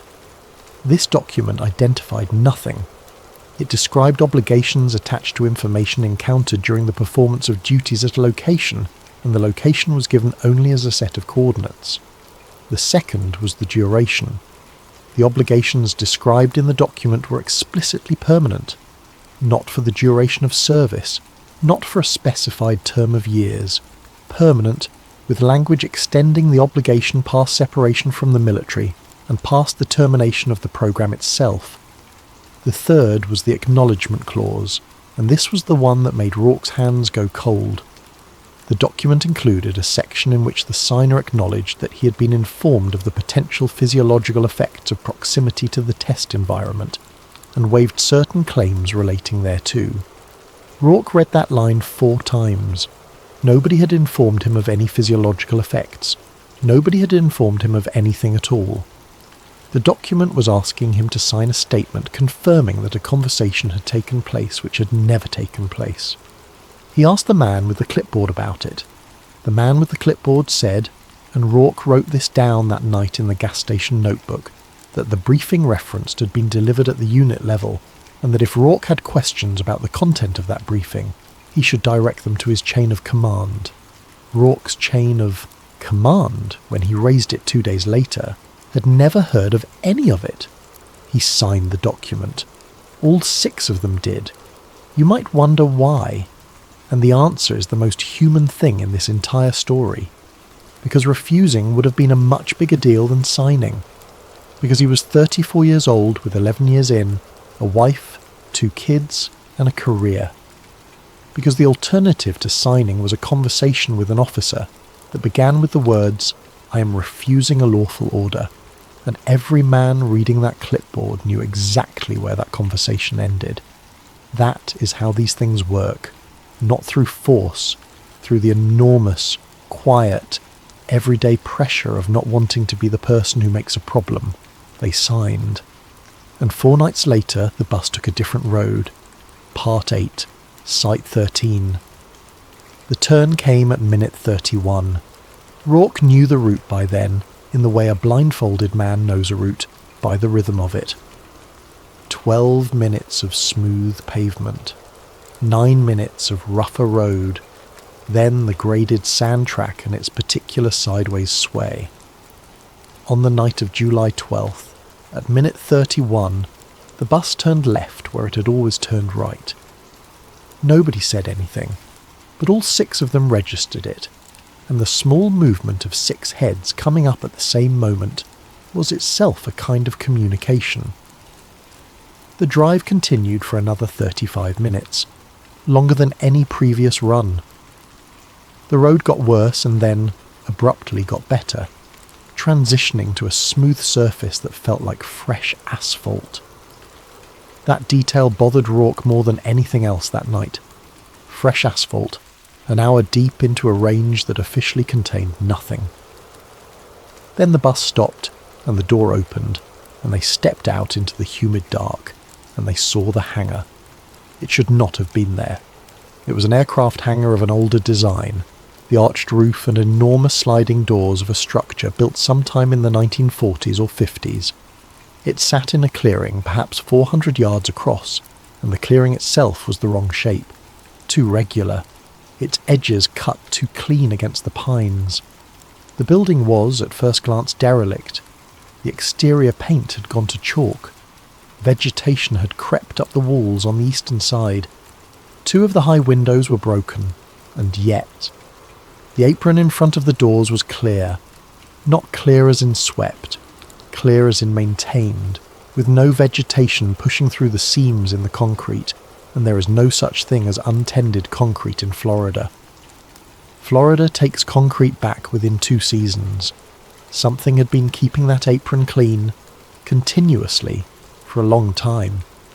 The parking area to the south held 9 vehicles, all civilian, all recent models, and running along the ground from a low structure at the tree line to the base of the hangar's western wall was a bundle of armoured electrical conduit thick enough that Rourke could not have gotten both hands around it. That was the detail that ended the argument in his head. You do not run that much power to an abandoned building. Above the personnel door, stenciled directly onto the metal in white paint that was newer than the paint around it, were 2 words and a number. Site 13, Part 9, Inside. They were not at first taken inside. They were posted around the exterior, 2 men at the vehicle approach, 2 at the northern tree line, 2 at the southern corner of the structure. They were told the same thing they were always told, which was to watch the tree line and report anything unusual, and by that point the phrase had acquired a certain flavour. Rourke drew the southern corner. From that position he could see the personnel door, the parking area, and, through one of the broken high windows, a narrow slice of the interior. The interior was lit, not with work lights. With permanent overhead lighting, the cold, even institutional light of a functioning facility, and through that narrow slice of window Rourke could see, over the course of the night, an enormous amount of activity. He saw the top of a structure, circular. He could see perhaps 1/3 of its arc, and he estimated from that arc a total diameter somewhere between 60 and 80 feet. It was ringed with something that caught the light in a way that suggested polished metal, and it was surrounded by scaffolding on which people were working. He saw the cooling equipment. That was the part that told him the most, because cooling equipment is not exotic, it is plumbing. Rourke had seen industrial refrigeration before, and what was running along the visible portion of the interior wall was industrial refrigeration on a scale he associated with food processing plants and ice rinks. Heavily insulated lines, condensation forming on the exterior of the insulation despite the wrapping. Compressors he could hear from outside the building, running continuously all night. You do not cool a building that way. You cool a building with air conditioning. What he was looking at was equipment designed to take something down to a temperature far below anything a human being would tolerate. He saw people moving, dozens of them. far more than the 9 cars in the lot could account for, which meant there was another way in, or people were staying there, or both. And around 0100 he heard the sound. It began below the range of hearing. He felt it in his sternum before his ears registered anything, a pressure that arrived from no particular direction. Then it climbed into the audible range as a low tone, deep and pure, entirely unlike the sound of any machine he'd heard before. No mechanical roughness, no reciprocating rhythm, just a rising, clean, terrible note. It climbed for perhaps 40 seconds. The lights inside the hangar dimmed noticeably at the peak, and then the tone cut out. Not faded. Cut instantly, the way a recording stops. In the silence afterward, Rourke found that he had a nosebleed. He checked with the others when the shift ended. 2 of the 6 had nosebleeds. 2 more reported a headache located, they both said, unprompted behind the eyes. 1 reported nothing at all, and one of them, the youngest, the one who had spoken up about the compass, said something quietly to Rourke as they walked to the bus. He said that when the tone was at its highest, he had tasted metal, and he had seen the horizon move, not shake, move. He described it as the tree line briefly appearing to be closer than it was, as though the distance between himself and the pines had been momentarily reduced and then restored. Rourke wrote all of it down that night, and then he wrote one more line at the bottom of the page, and it is the line that begins the second half of this story. He wrote, "What are we guarding?" Part 10. Project Gulf Star. The overhearing was an accident, and that is the only reason it happened. On the night of July 14th, a thunderstorm came across the range. Anyone who has spent a summer in the Florida Panhandle knows the kind. It builds all afternoon out over the Gulf, black and vertical, and then it arrives after dark with a violence that feels personal. The security posture on the hangar exterior became untenable within 10 minutes. Standing in an open clearing beside a metal building during a Florida lightning storm is not a security measure. It is a method of dying. So they were brought inside, not into the main bay, into a corridor along the eastern wall, a service passage lined with electrical panels and storage lockers, where they were told to wait and where the door at the far end was, whether by oversight or because nobody thought it mattered, not fully closed. Through that gap, for approximately 11 minutes, the 6 men heard a briefing. Rourke reconstructed it afterward in the notebook, and what follows is his reconstruction. He was clear, always, that it was partial. He heard fragments. He heard a man speaking with the flat cadence of someone presenting to a room of people who already understood the material. He filled the gaps himself. Here is what he wrote. The speaker referred to the program by name twice. The name was Project Gulf Star. The speaker discussed a schedule. There was a test designated Test 7 scheduled for a date Rourke could not make out, and there was significant discussion of whether the containment envelope would hold at what the speaker called full field. There was a conversation about power draw. A figure was mentioned that Rourke wrote down as a number of megawatts, and then he wrote beside it a note saying he did not believe he had heard it correctly. There was a discussion of what the speaker called the recovered geometry. Rourke underlined that phrase 3 times, and there was a moment near the end when a woman's voice interrupted with a question. She asked whether the mass estimate for the platform included the crew. There was a pause. The speaker said that Test 7 was uncrewed. The woman asked whether Test 6 had been, and the room went quiet, and someone closed the door. Part 11. What they were building.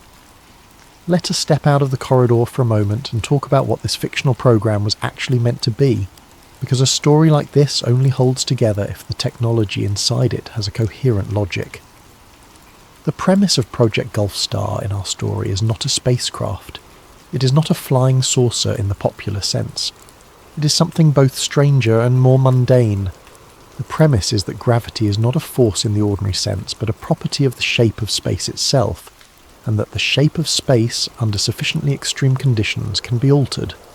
This is not, in its general outline, fringe thinking. The idea that gravity is the curvature of space-time rather than a force acting across distance is the central insight of general relativity.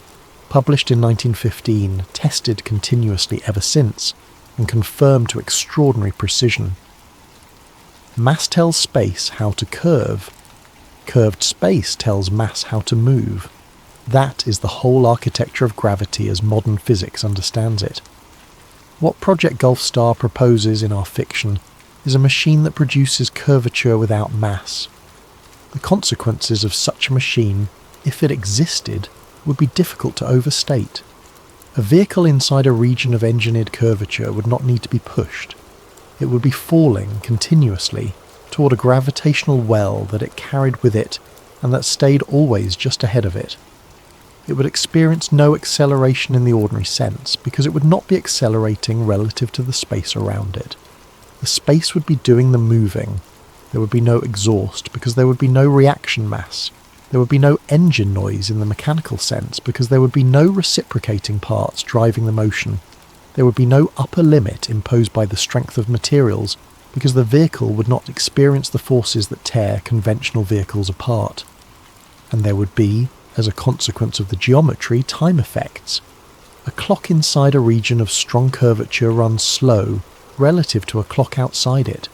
This is not speculation. This is measured daily. Every satellite navigation system in the world must correct for it, or it would drift into uselessness within hours, which is why, in our story, the wristwatch matters. Part 12. The demonstration. They saw it on July 15th, 2 nights before they left. The assignment that night was different from the start. Instead of the exterior posts, they were brought into the main bay and stationed along the eastern wall, roughly 40 yards from the central structure, and told to remain in position and observe. For the first time, they saw the whole thing. The chamber was enormous. The hangar's interior had been gutted and rebuilt, the original floor removed and replaced with a poured concrete platform that Rourke estimated at 3 feet thick. The ceiling had been reinforced. The walls were lined, from floor to a height of perhaps 20 feet, with panels of a dull grey material that absorbed the light rather than reflecting it. At the centre was the ring, 70 feet across, give or take. It sat perhaps 4 feet above the floor on a lattice of supports. It was structurally a torus, a donut, but the surface was not smooth. It was wound. Rourke described it as looking like the inside of an electric motor, if the motor had been the size of a house. Countless turns of some heavy conductor, wrapped in a helical pattern, disappearing into an outer casing wrapped in the insulated cooling lines he'd seen from outside. Superconducting magnets.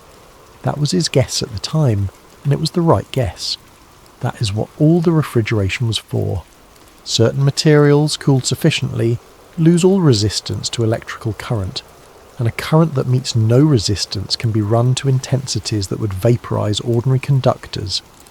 That is how you make a magnetic field of genuinely absurd strength, and it requires exactly the kind of industrial cryogenics Rourke had been listening to for 3 nights.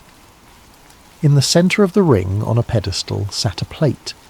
That was all it was. A flat disc of dark metal, perhaps 4 feet in diameter, 6 inches thick, entirely featureless. It had no visible mechanism, no seams, no ports. It sat there like a manhole cover on a stand. There were 40 or 50 people in the bay.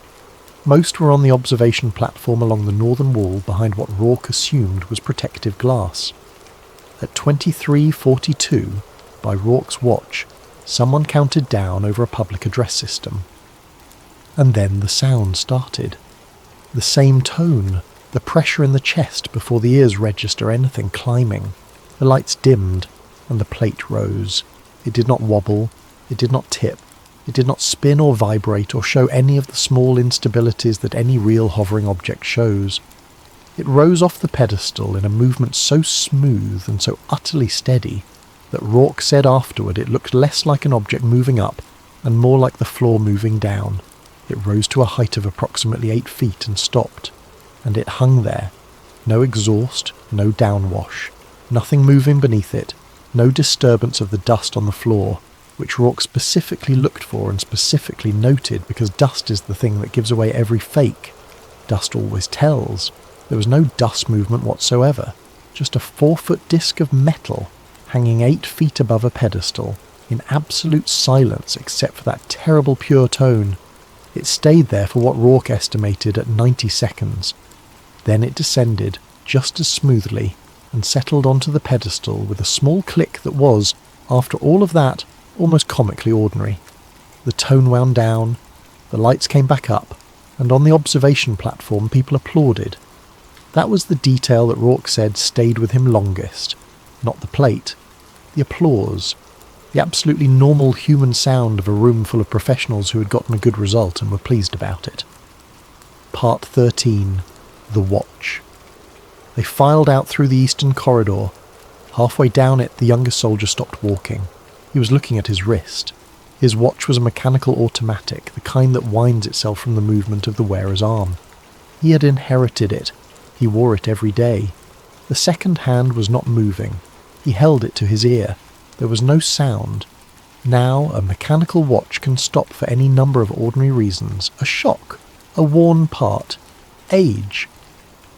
But 4 of the 6 men checked their watches in that corridor, and here is what they found. The younger soldier's automatic had stopped entirely. 2 men wearing quartz watches found that their watches were running, and correct. And Rourke, who wore a quartz watch, found that his was running and was slow, by 11 seconds. He knew it was 11 seconds because he had set it against the base time signal that morning, as he did every morning, a habit from a previous assignment where timing had mattered a great deal. 11 seconds in 15 hours would be an enormous drift for a quartz movement. Quartz watches do not lose 11 seconds in a day. They lose that much in a month.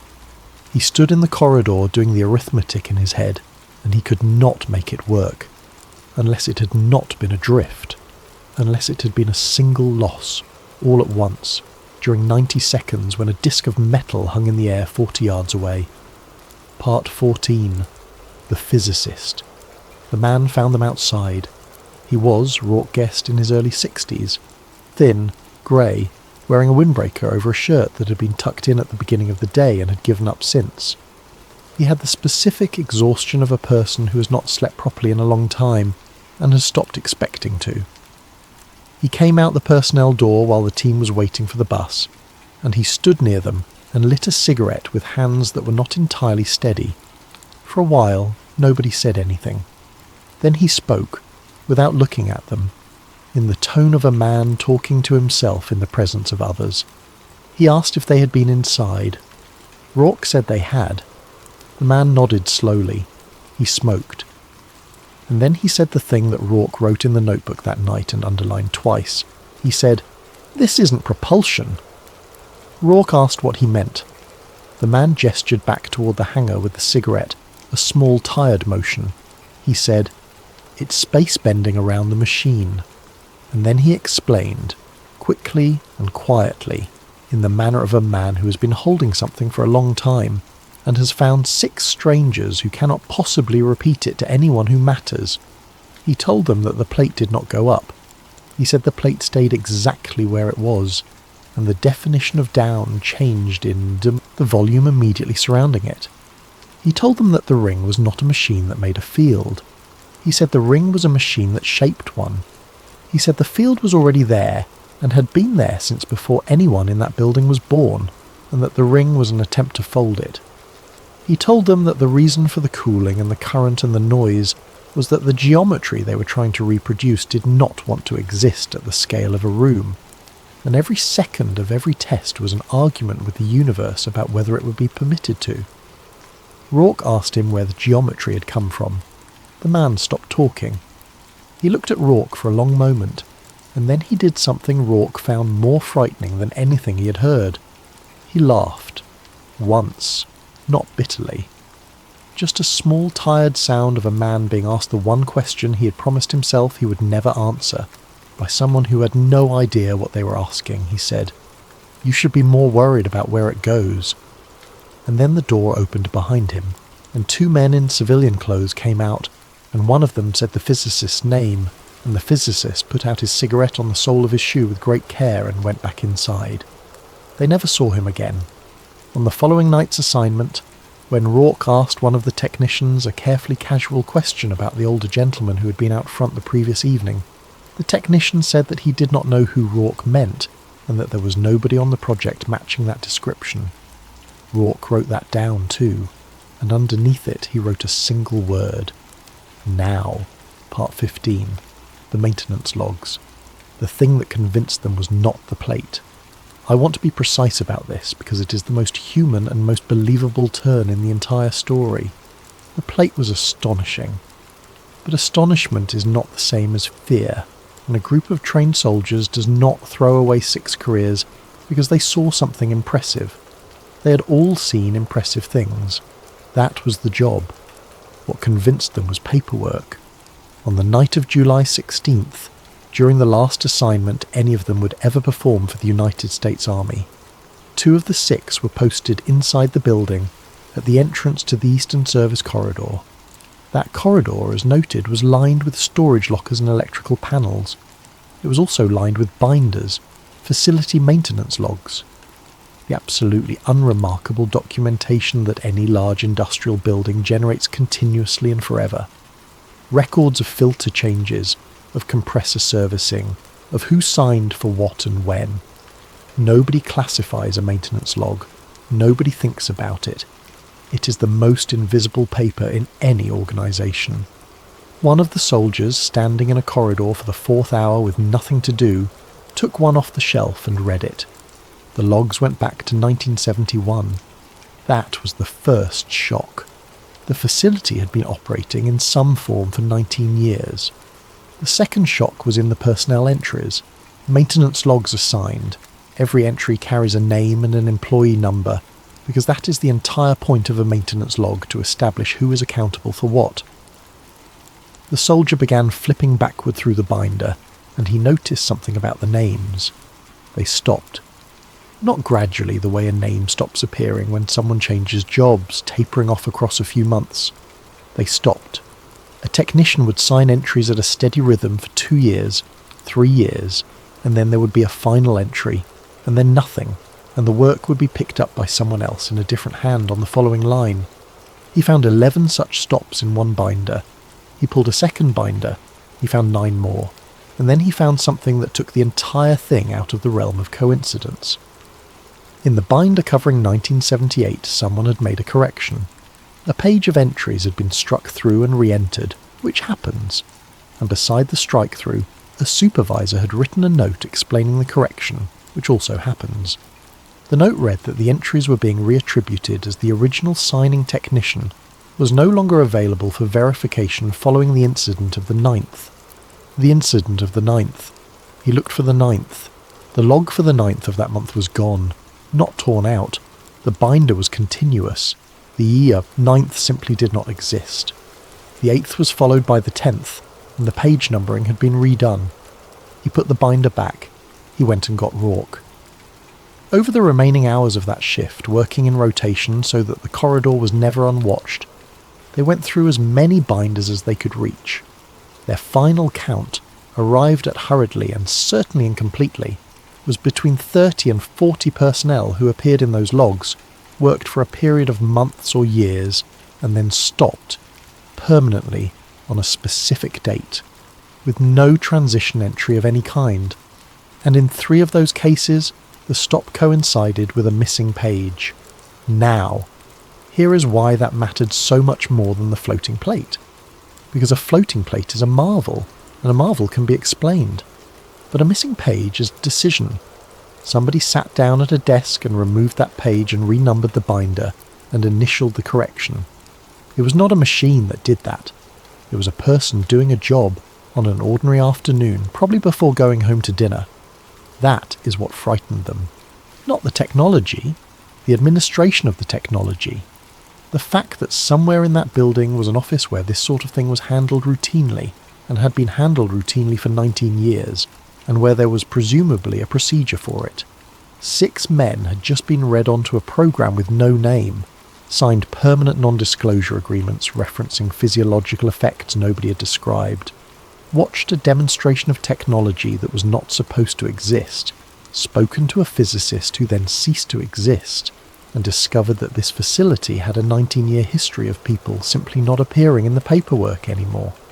And they had, all 6 of them, been on the wrong side of that count for 2.5 weeks. Part 16. The tape. The archive was not a vault. That is worth saying plainly, because people imagine security as a wall, and it is almost never a wall, it is a habit. The archive at Site 13, in our story, was a room off the northern corridor with a standard institutional door and a cipher lock. Inside were shelving units holding videotape, hundreds of cassettes, in the industrial half-inch format that was standard for engineering documentation in that era, each in a paper sleeve, each labelled by hand. The cipher lock had a 5-button mechanical code, the kind where the buttons must be pressed in sequence. Those locks are secure against a stranger and useless against anyone who has spent 20 hours in a corridor watching people go in and out of the door. Rourke had the code by the second night. He had not been trying to get it. He simply could not help acquiring it, in the way a man trained to observe cannot stop observing. On the final night, he used it. He was inside the room for 4 minutes and 40 seconds. He did not have time to be selective in any sophisticated way. He read labels. Most were dense with alphanumeric designations that meant nothing to him.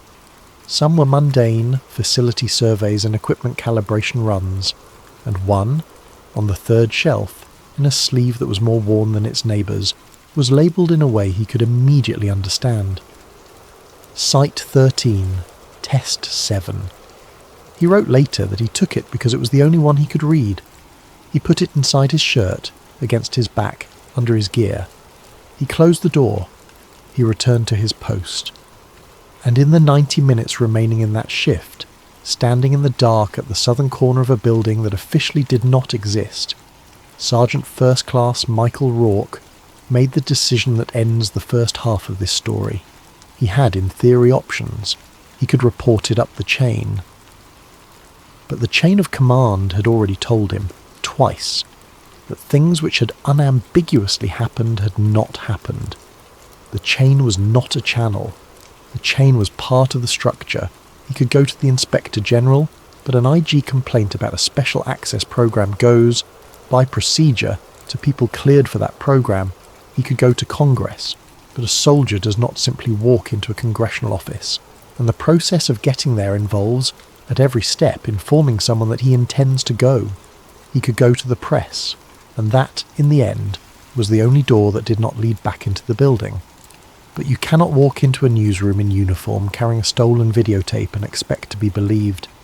You need time. You need distance. You need to be somewhere that a phone call from a base commander cannot reach. And most of all, you need to be gone before anybody notices what is missing. The 6 men met at 0400 on the morning of July 17th, 1990. The conversation, by Rourke's account, took under 20 minutes. There was no vote. There was no speech. There was a team leader laying out a situation, and 5 men who had spent years learning to assess a situation quickly and act on it, and who had all independently arrived at the same assessment days earlier, and had simply been waiting for someone to say it out loud. The plan was simple to the point of crudeness, which is the mark of a plan made by people who know they have no time. Get off the base, get out of the state, split the group so that no single interception loses everything. Move west, because west is where the country is emptiest and the distances are longest. Make contact with a journalist from a distance on their terms, and hand over the tape only when there was no possibility of the exchange being reversed. And then, when the tape was safe, surrender. All of them. Voluntarily, publicly, in a way that could not be quietly managed. That last part was Rourke's insistence, and it is the detail in this whole story that I find the most affecting, because it means that from the very first hour they knew they were going to prison. They were not running to get away. They were running to deliver something. The prison was on the schedule. At approximately 0500 on July 17th, 1990, 6 soldiers of the 7th Special Forces Group left Eglin Air Force Base and did not return. Part 17. The Manhunt. The reaction was immediate and enormous. and its scale is one of the genuinely odd features of the real historical case. 6 soldiers absent without leave is, in the ordinary course of military administration, a paperwork matter. It is handled at the unit level. There is a process. It does not generate a national response.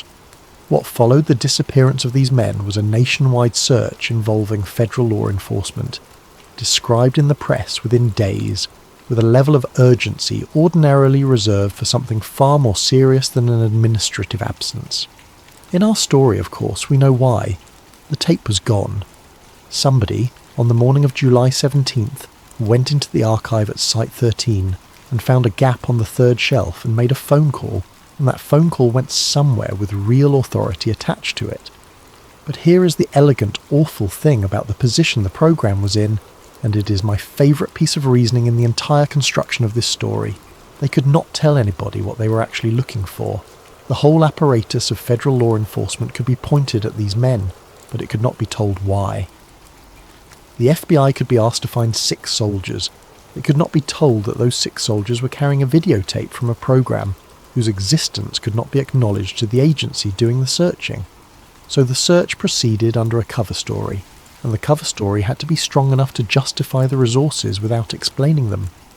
Which is where, in our fiction, the religious angle comes from. Think about it from the perspective of the people managing this problem. You need a public explanation for 6 elite soldiers vanishing simultaneously. The explanation must account for the coordination, because 6 men leaving together needs a shared cause. It must be non-political, because a political motive invites investigation. It must be embarrassing rather than sinister, because embarrassment closes stories and sinister opens them. And ideally, it should make the men themselves less credible, so that if they do talk, they talk from inside a frame that has already been built around them. An apocalyptic religious conviction does all 4 of those things at once. It is a beautiful cover story. It is coordinated, apolitical, embarrassing, and discrediting. And it costs nothing, because the men cannot deny it without explaining what they were actually doing, which is precisely what they cannot say.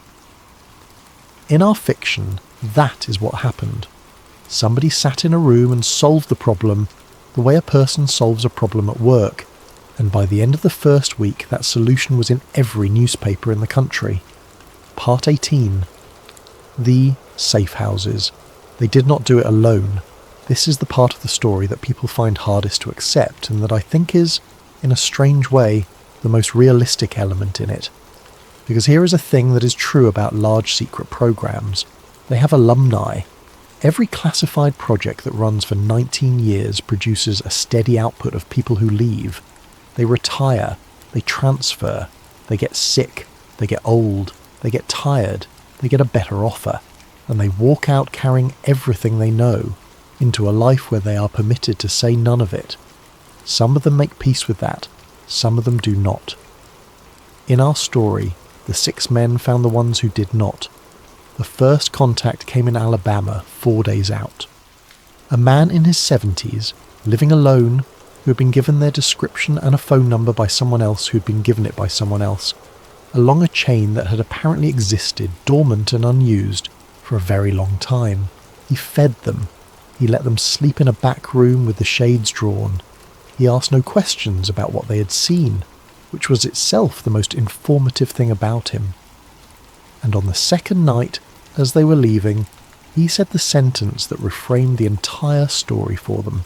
He said, "You're not the first unit that stumbled into Site 13. Rourke asked him what he meant. The old man said that there had been others. He named no names and gave no dates beyond a decade.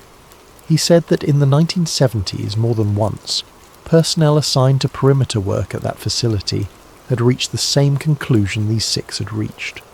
Rourke asked what happened to them, and the old man said the thing that made all 6 of them understand, finally and completely, exactly how thin the ice was under their feet. He said, "Nothing happened to them. That's the point. Nothing ever happened to them at all. No arrests, no trials, no headlines, no record. They had gone from being men with careers and families and mailing addresses to being nothing whatsoever, in the paperwork sense. and the transition had been so administratively clean that there was no seam anywhere to catch a fingernail on. Which meant, the old man said, that the 6 of them had done exactly the right thing by going loud. Going loud was the only protection available. A man the whole country is looking for is a man who cannot quietly stop existing. The manhunt that was hunting them was also, in the strangest possible way, the thing keeping them alive. Part 19, Operation Clean Sweep. While the 6 men moved west, something else was happening behind them, and in our story it has a name: Operation Clean Sweep. It was not, in the fiction, a dramatic undertaking. It was again administrative. It was a small group of people with the authority to modify records, working steadily through a checklist over the course of several months. Construction contracts for the Eastern Range were reviewed and, where necessary, amended. Certain contracts were found to contain clerical errors regarding site designation and were corrected. The corrections had the effect of relocating, on paper, several $1 million of construction work from one part of the reservation to another. Environmental survey records were similarly reviewed. A survey conducted in 1983 that noted an anomalous thermal signature in a particular grid square was determined to have been the result of equipment calibration error and was superseded. Satellite imagery held by civilian agencies was addressed through a routine national security exemption process, resulting in the substitution of certain frames with imagery from adjacent dates. Personnel actions were the largest part of the effort. Between August of 1990 and March of 1991, in our fiction, 41 individuals connected to Project Gulf Star separated from federal service or their associated contractors. The separations were spread out.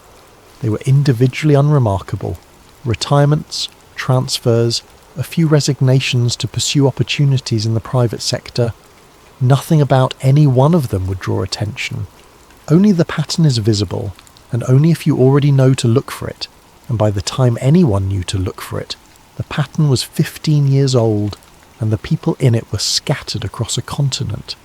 And the facility itself? The facility in our story was not destroyed. Destruction is loud. Destruction leaves debris, and debris is evidence. The facility was decommissioned according to standard procedure. The interior equipment was removed over a period of 5 months. The ring was disassembled and its components were dispersed to 11 different storage locations under separate inventory numbers. And then the building was filled. Poured, over the course of a summer, with a low-grade concrete slurry, from the floor to a depth sufficient to entomb the sublevel entirely. The structure above was then demolished conventionally, the debris removed, and the site graded flat. Within 4 years the pines had come back. By 1994 there was nothing at that coordinate but forest, and 30 feet beneath the forest floor there was a solid mass of concrete in the shape of a room that officially had never been built. Part 20. Rebecca Sloan. The journalist in our story was named Rebecca Sloan. She was 38 years old.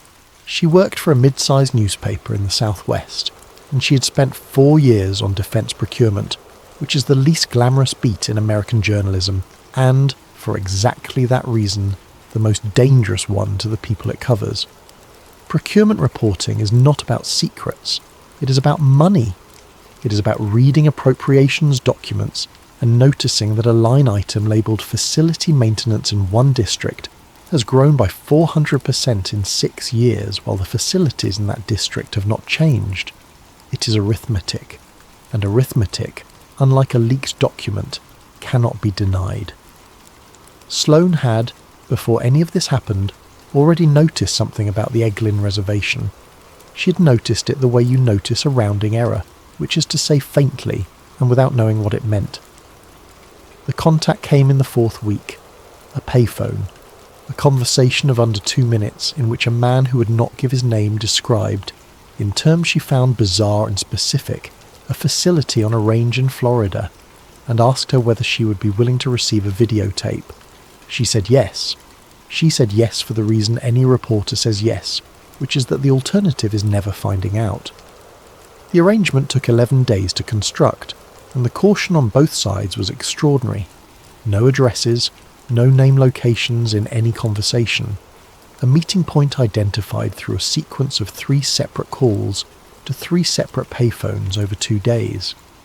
The location, finally, was a parking area at the edge of a public campground in a national forest at a specific time in the early afternoon. Sloane arrived 40 minutes early, which was the correct professional instinct and made no difference at all. The soldier arrived on foot. They spoke for perhaps 6 minutes. He was, she wrote later, not what she expected. She had prepared herself as someone frantic. Instead, she found a man who was calm, precise, and enormously tired, who gave her a compressed and orderly account of the last month of his life in the flat voice of someone delivering a report. He had the tape in a canvas bag. He did not hand it over immediately, and this is where the thing went wrong, and the reason it went wrong is so ordinary that it is almost unbearable. He wanted to tell her what was on it first. He wanted her to understand what she was accepting before she accepted it.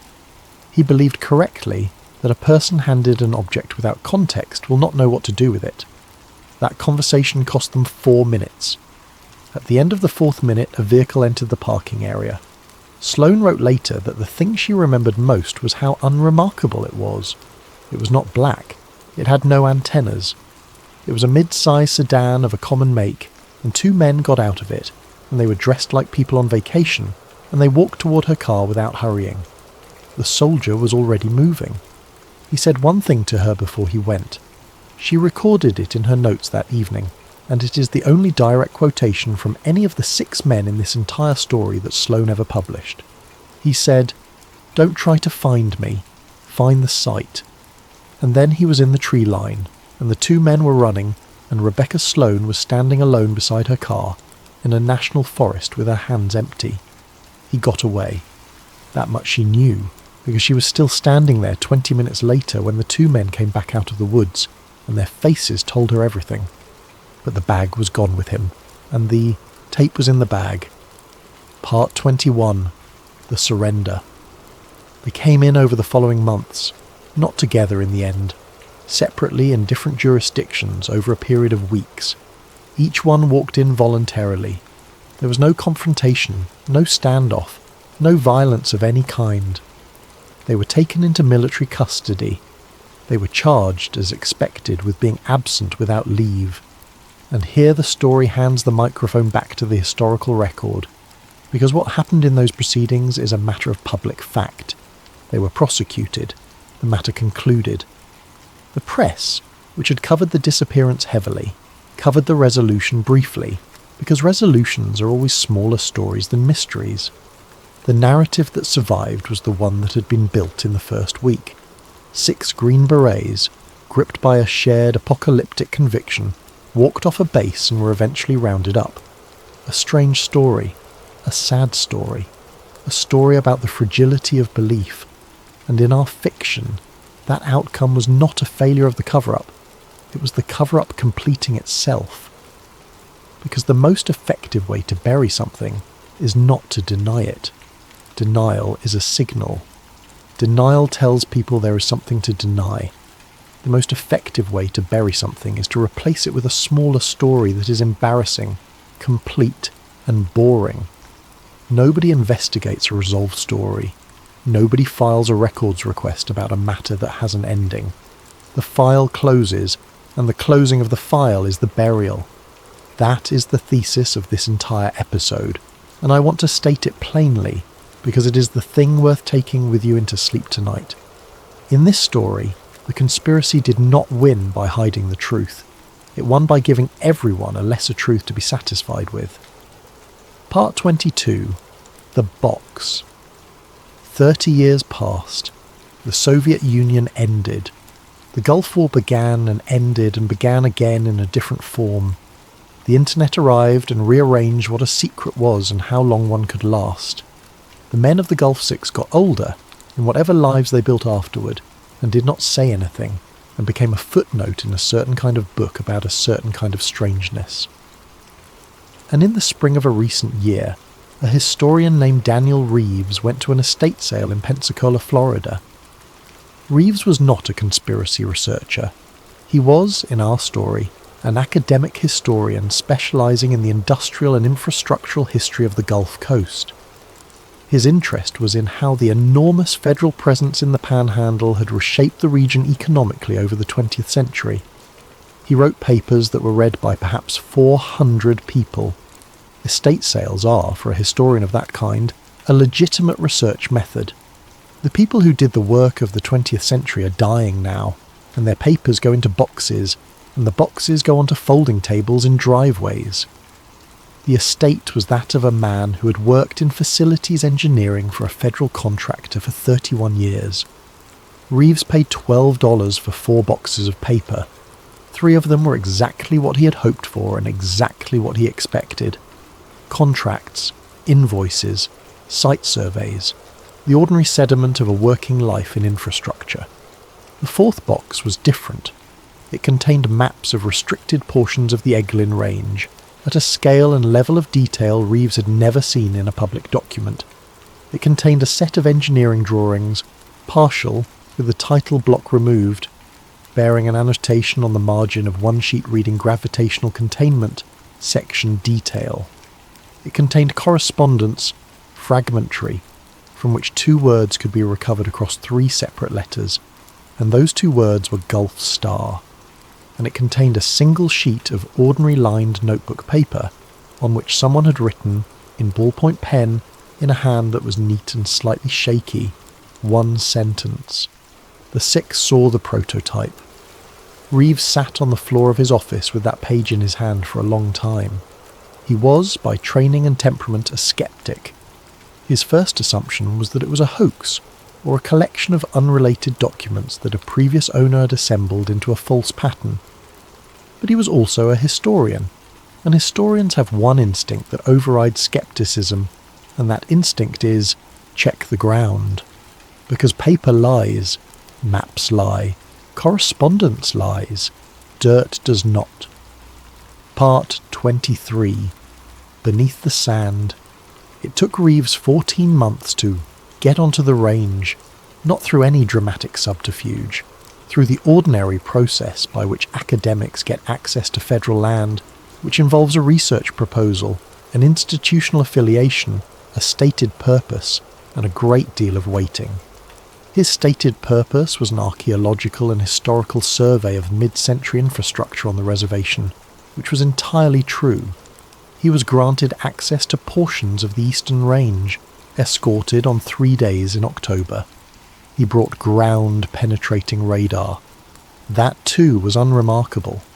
GPR is standard equipment for exactly the kind of survey he had described. It is how you find old foundations, buried utility runs, the outlines of demolished structures. It is a tool for locating things that used to be there. The coordinate from the map was in a stand of pine, perhaps 40 years old, indistinguishable from the forest around it. The first pass told him something was there. The second pass told him what. The subsurface return showed a continuous mass beginning at a depth of approximately 9 feet and extending downward beyond the effective range of his equipment. It had edges. It had a shape. The shape was rectangular in outline, approximately 140 feet by 220 feet, and within that rectangle, at a depth he estimated at 22 feet, there was a circular void or density anomaly, centred, with a diameter that his software placed between 68 and 74 feet. Reeves stood in a stand of pines in the Florida Panhandle, looking at a screen showing him a perfect circle buried under a forest. He did what any honest researcher does. He checked the records. The construction history of that grid square, per the documentation available to him, showed no structures, ever. The square was listed as undeveloped, having been surveyed in 1952 and again in 1996 with no improvements noted in either survey.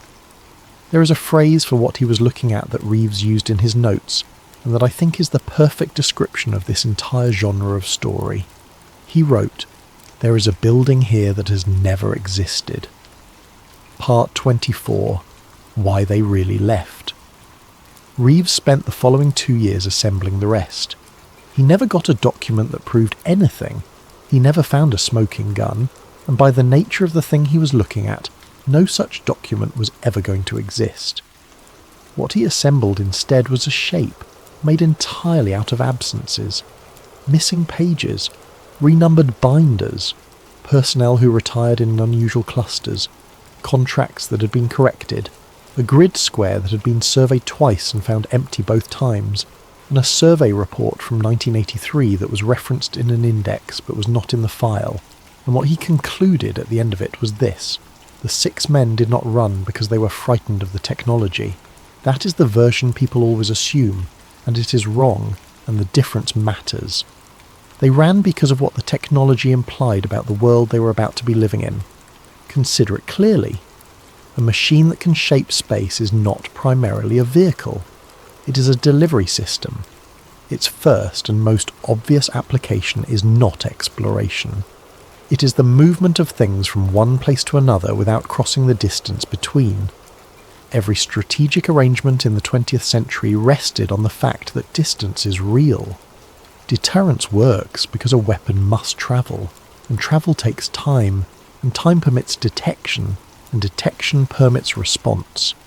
Every early warning system, every treaty, every hard-won piece of arms control architecture sits on the assumption that things must cross the space between here and there. Remove that assumption, and everything built on top of it falls at once, not gradually, instantaneously, in the moment the capability becomes real, and silently, because the first party to hold it has overwhelming reason to say nothing. That is what the 6 men understood in the summer of 1990, standing in a hangar in Florida, watching a plate hang in the air. They were not looking at a marvel. They were looking at the end of warning, and they made a calculation that soldiers are, in fact, specifically trained to make. They calculated that the thing they had sworn to protect was not the program. It was the country, and the country included the arrangement that kept the country from being erased in an afternoon. They decided that the only defensible act was to make the thing public, because a capability that everyone knows about is a capability that can be negotiated, and a capability that only one party knows about is a capability that will be used. They failed.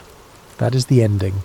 They failed, and they were prosecuted for absence without leave, and the story that survived them was a story about 6 confused men chasing the end of the world. Part 25. The Last Tape. The package arrived at Daniel Reeves' office on an ordinary Tuesday. A padded envelope, no return address, a postmark from a city he had no connection to. Inside was a videotape, not the original.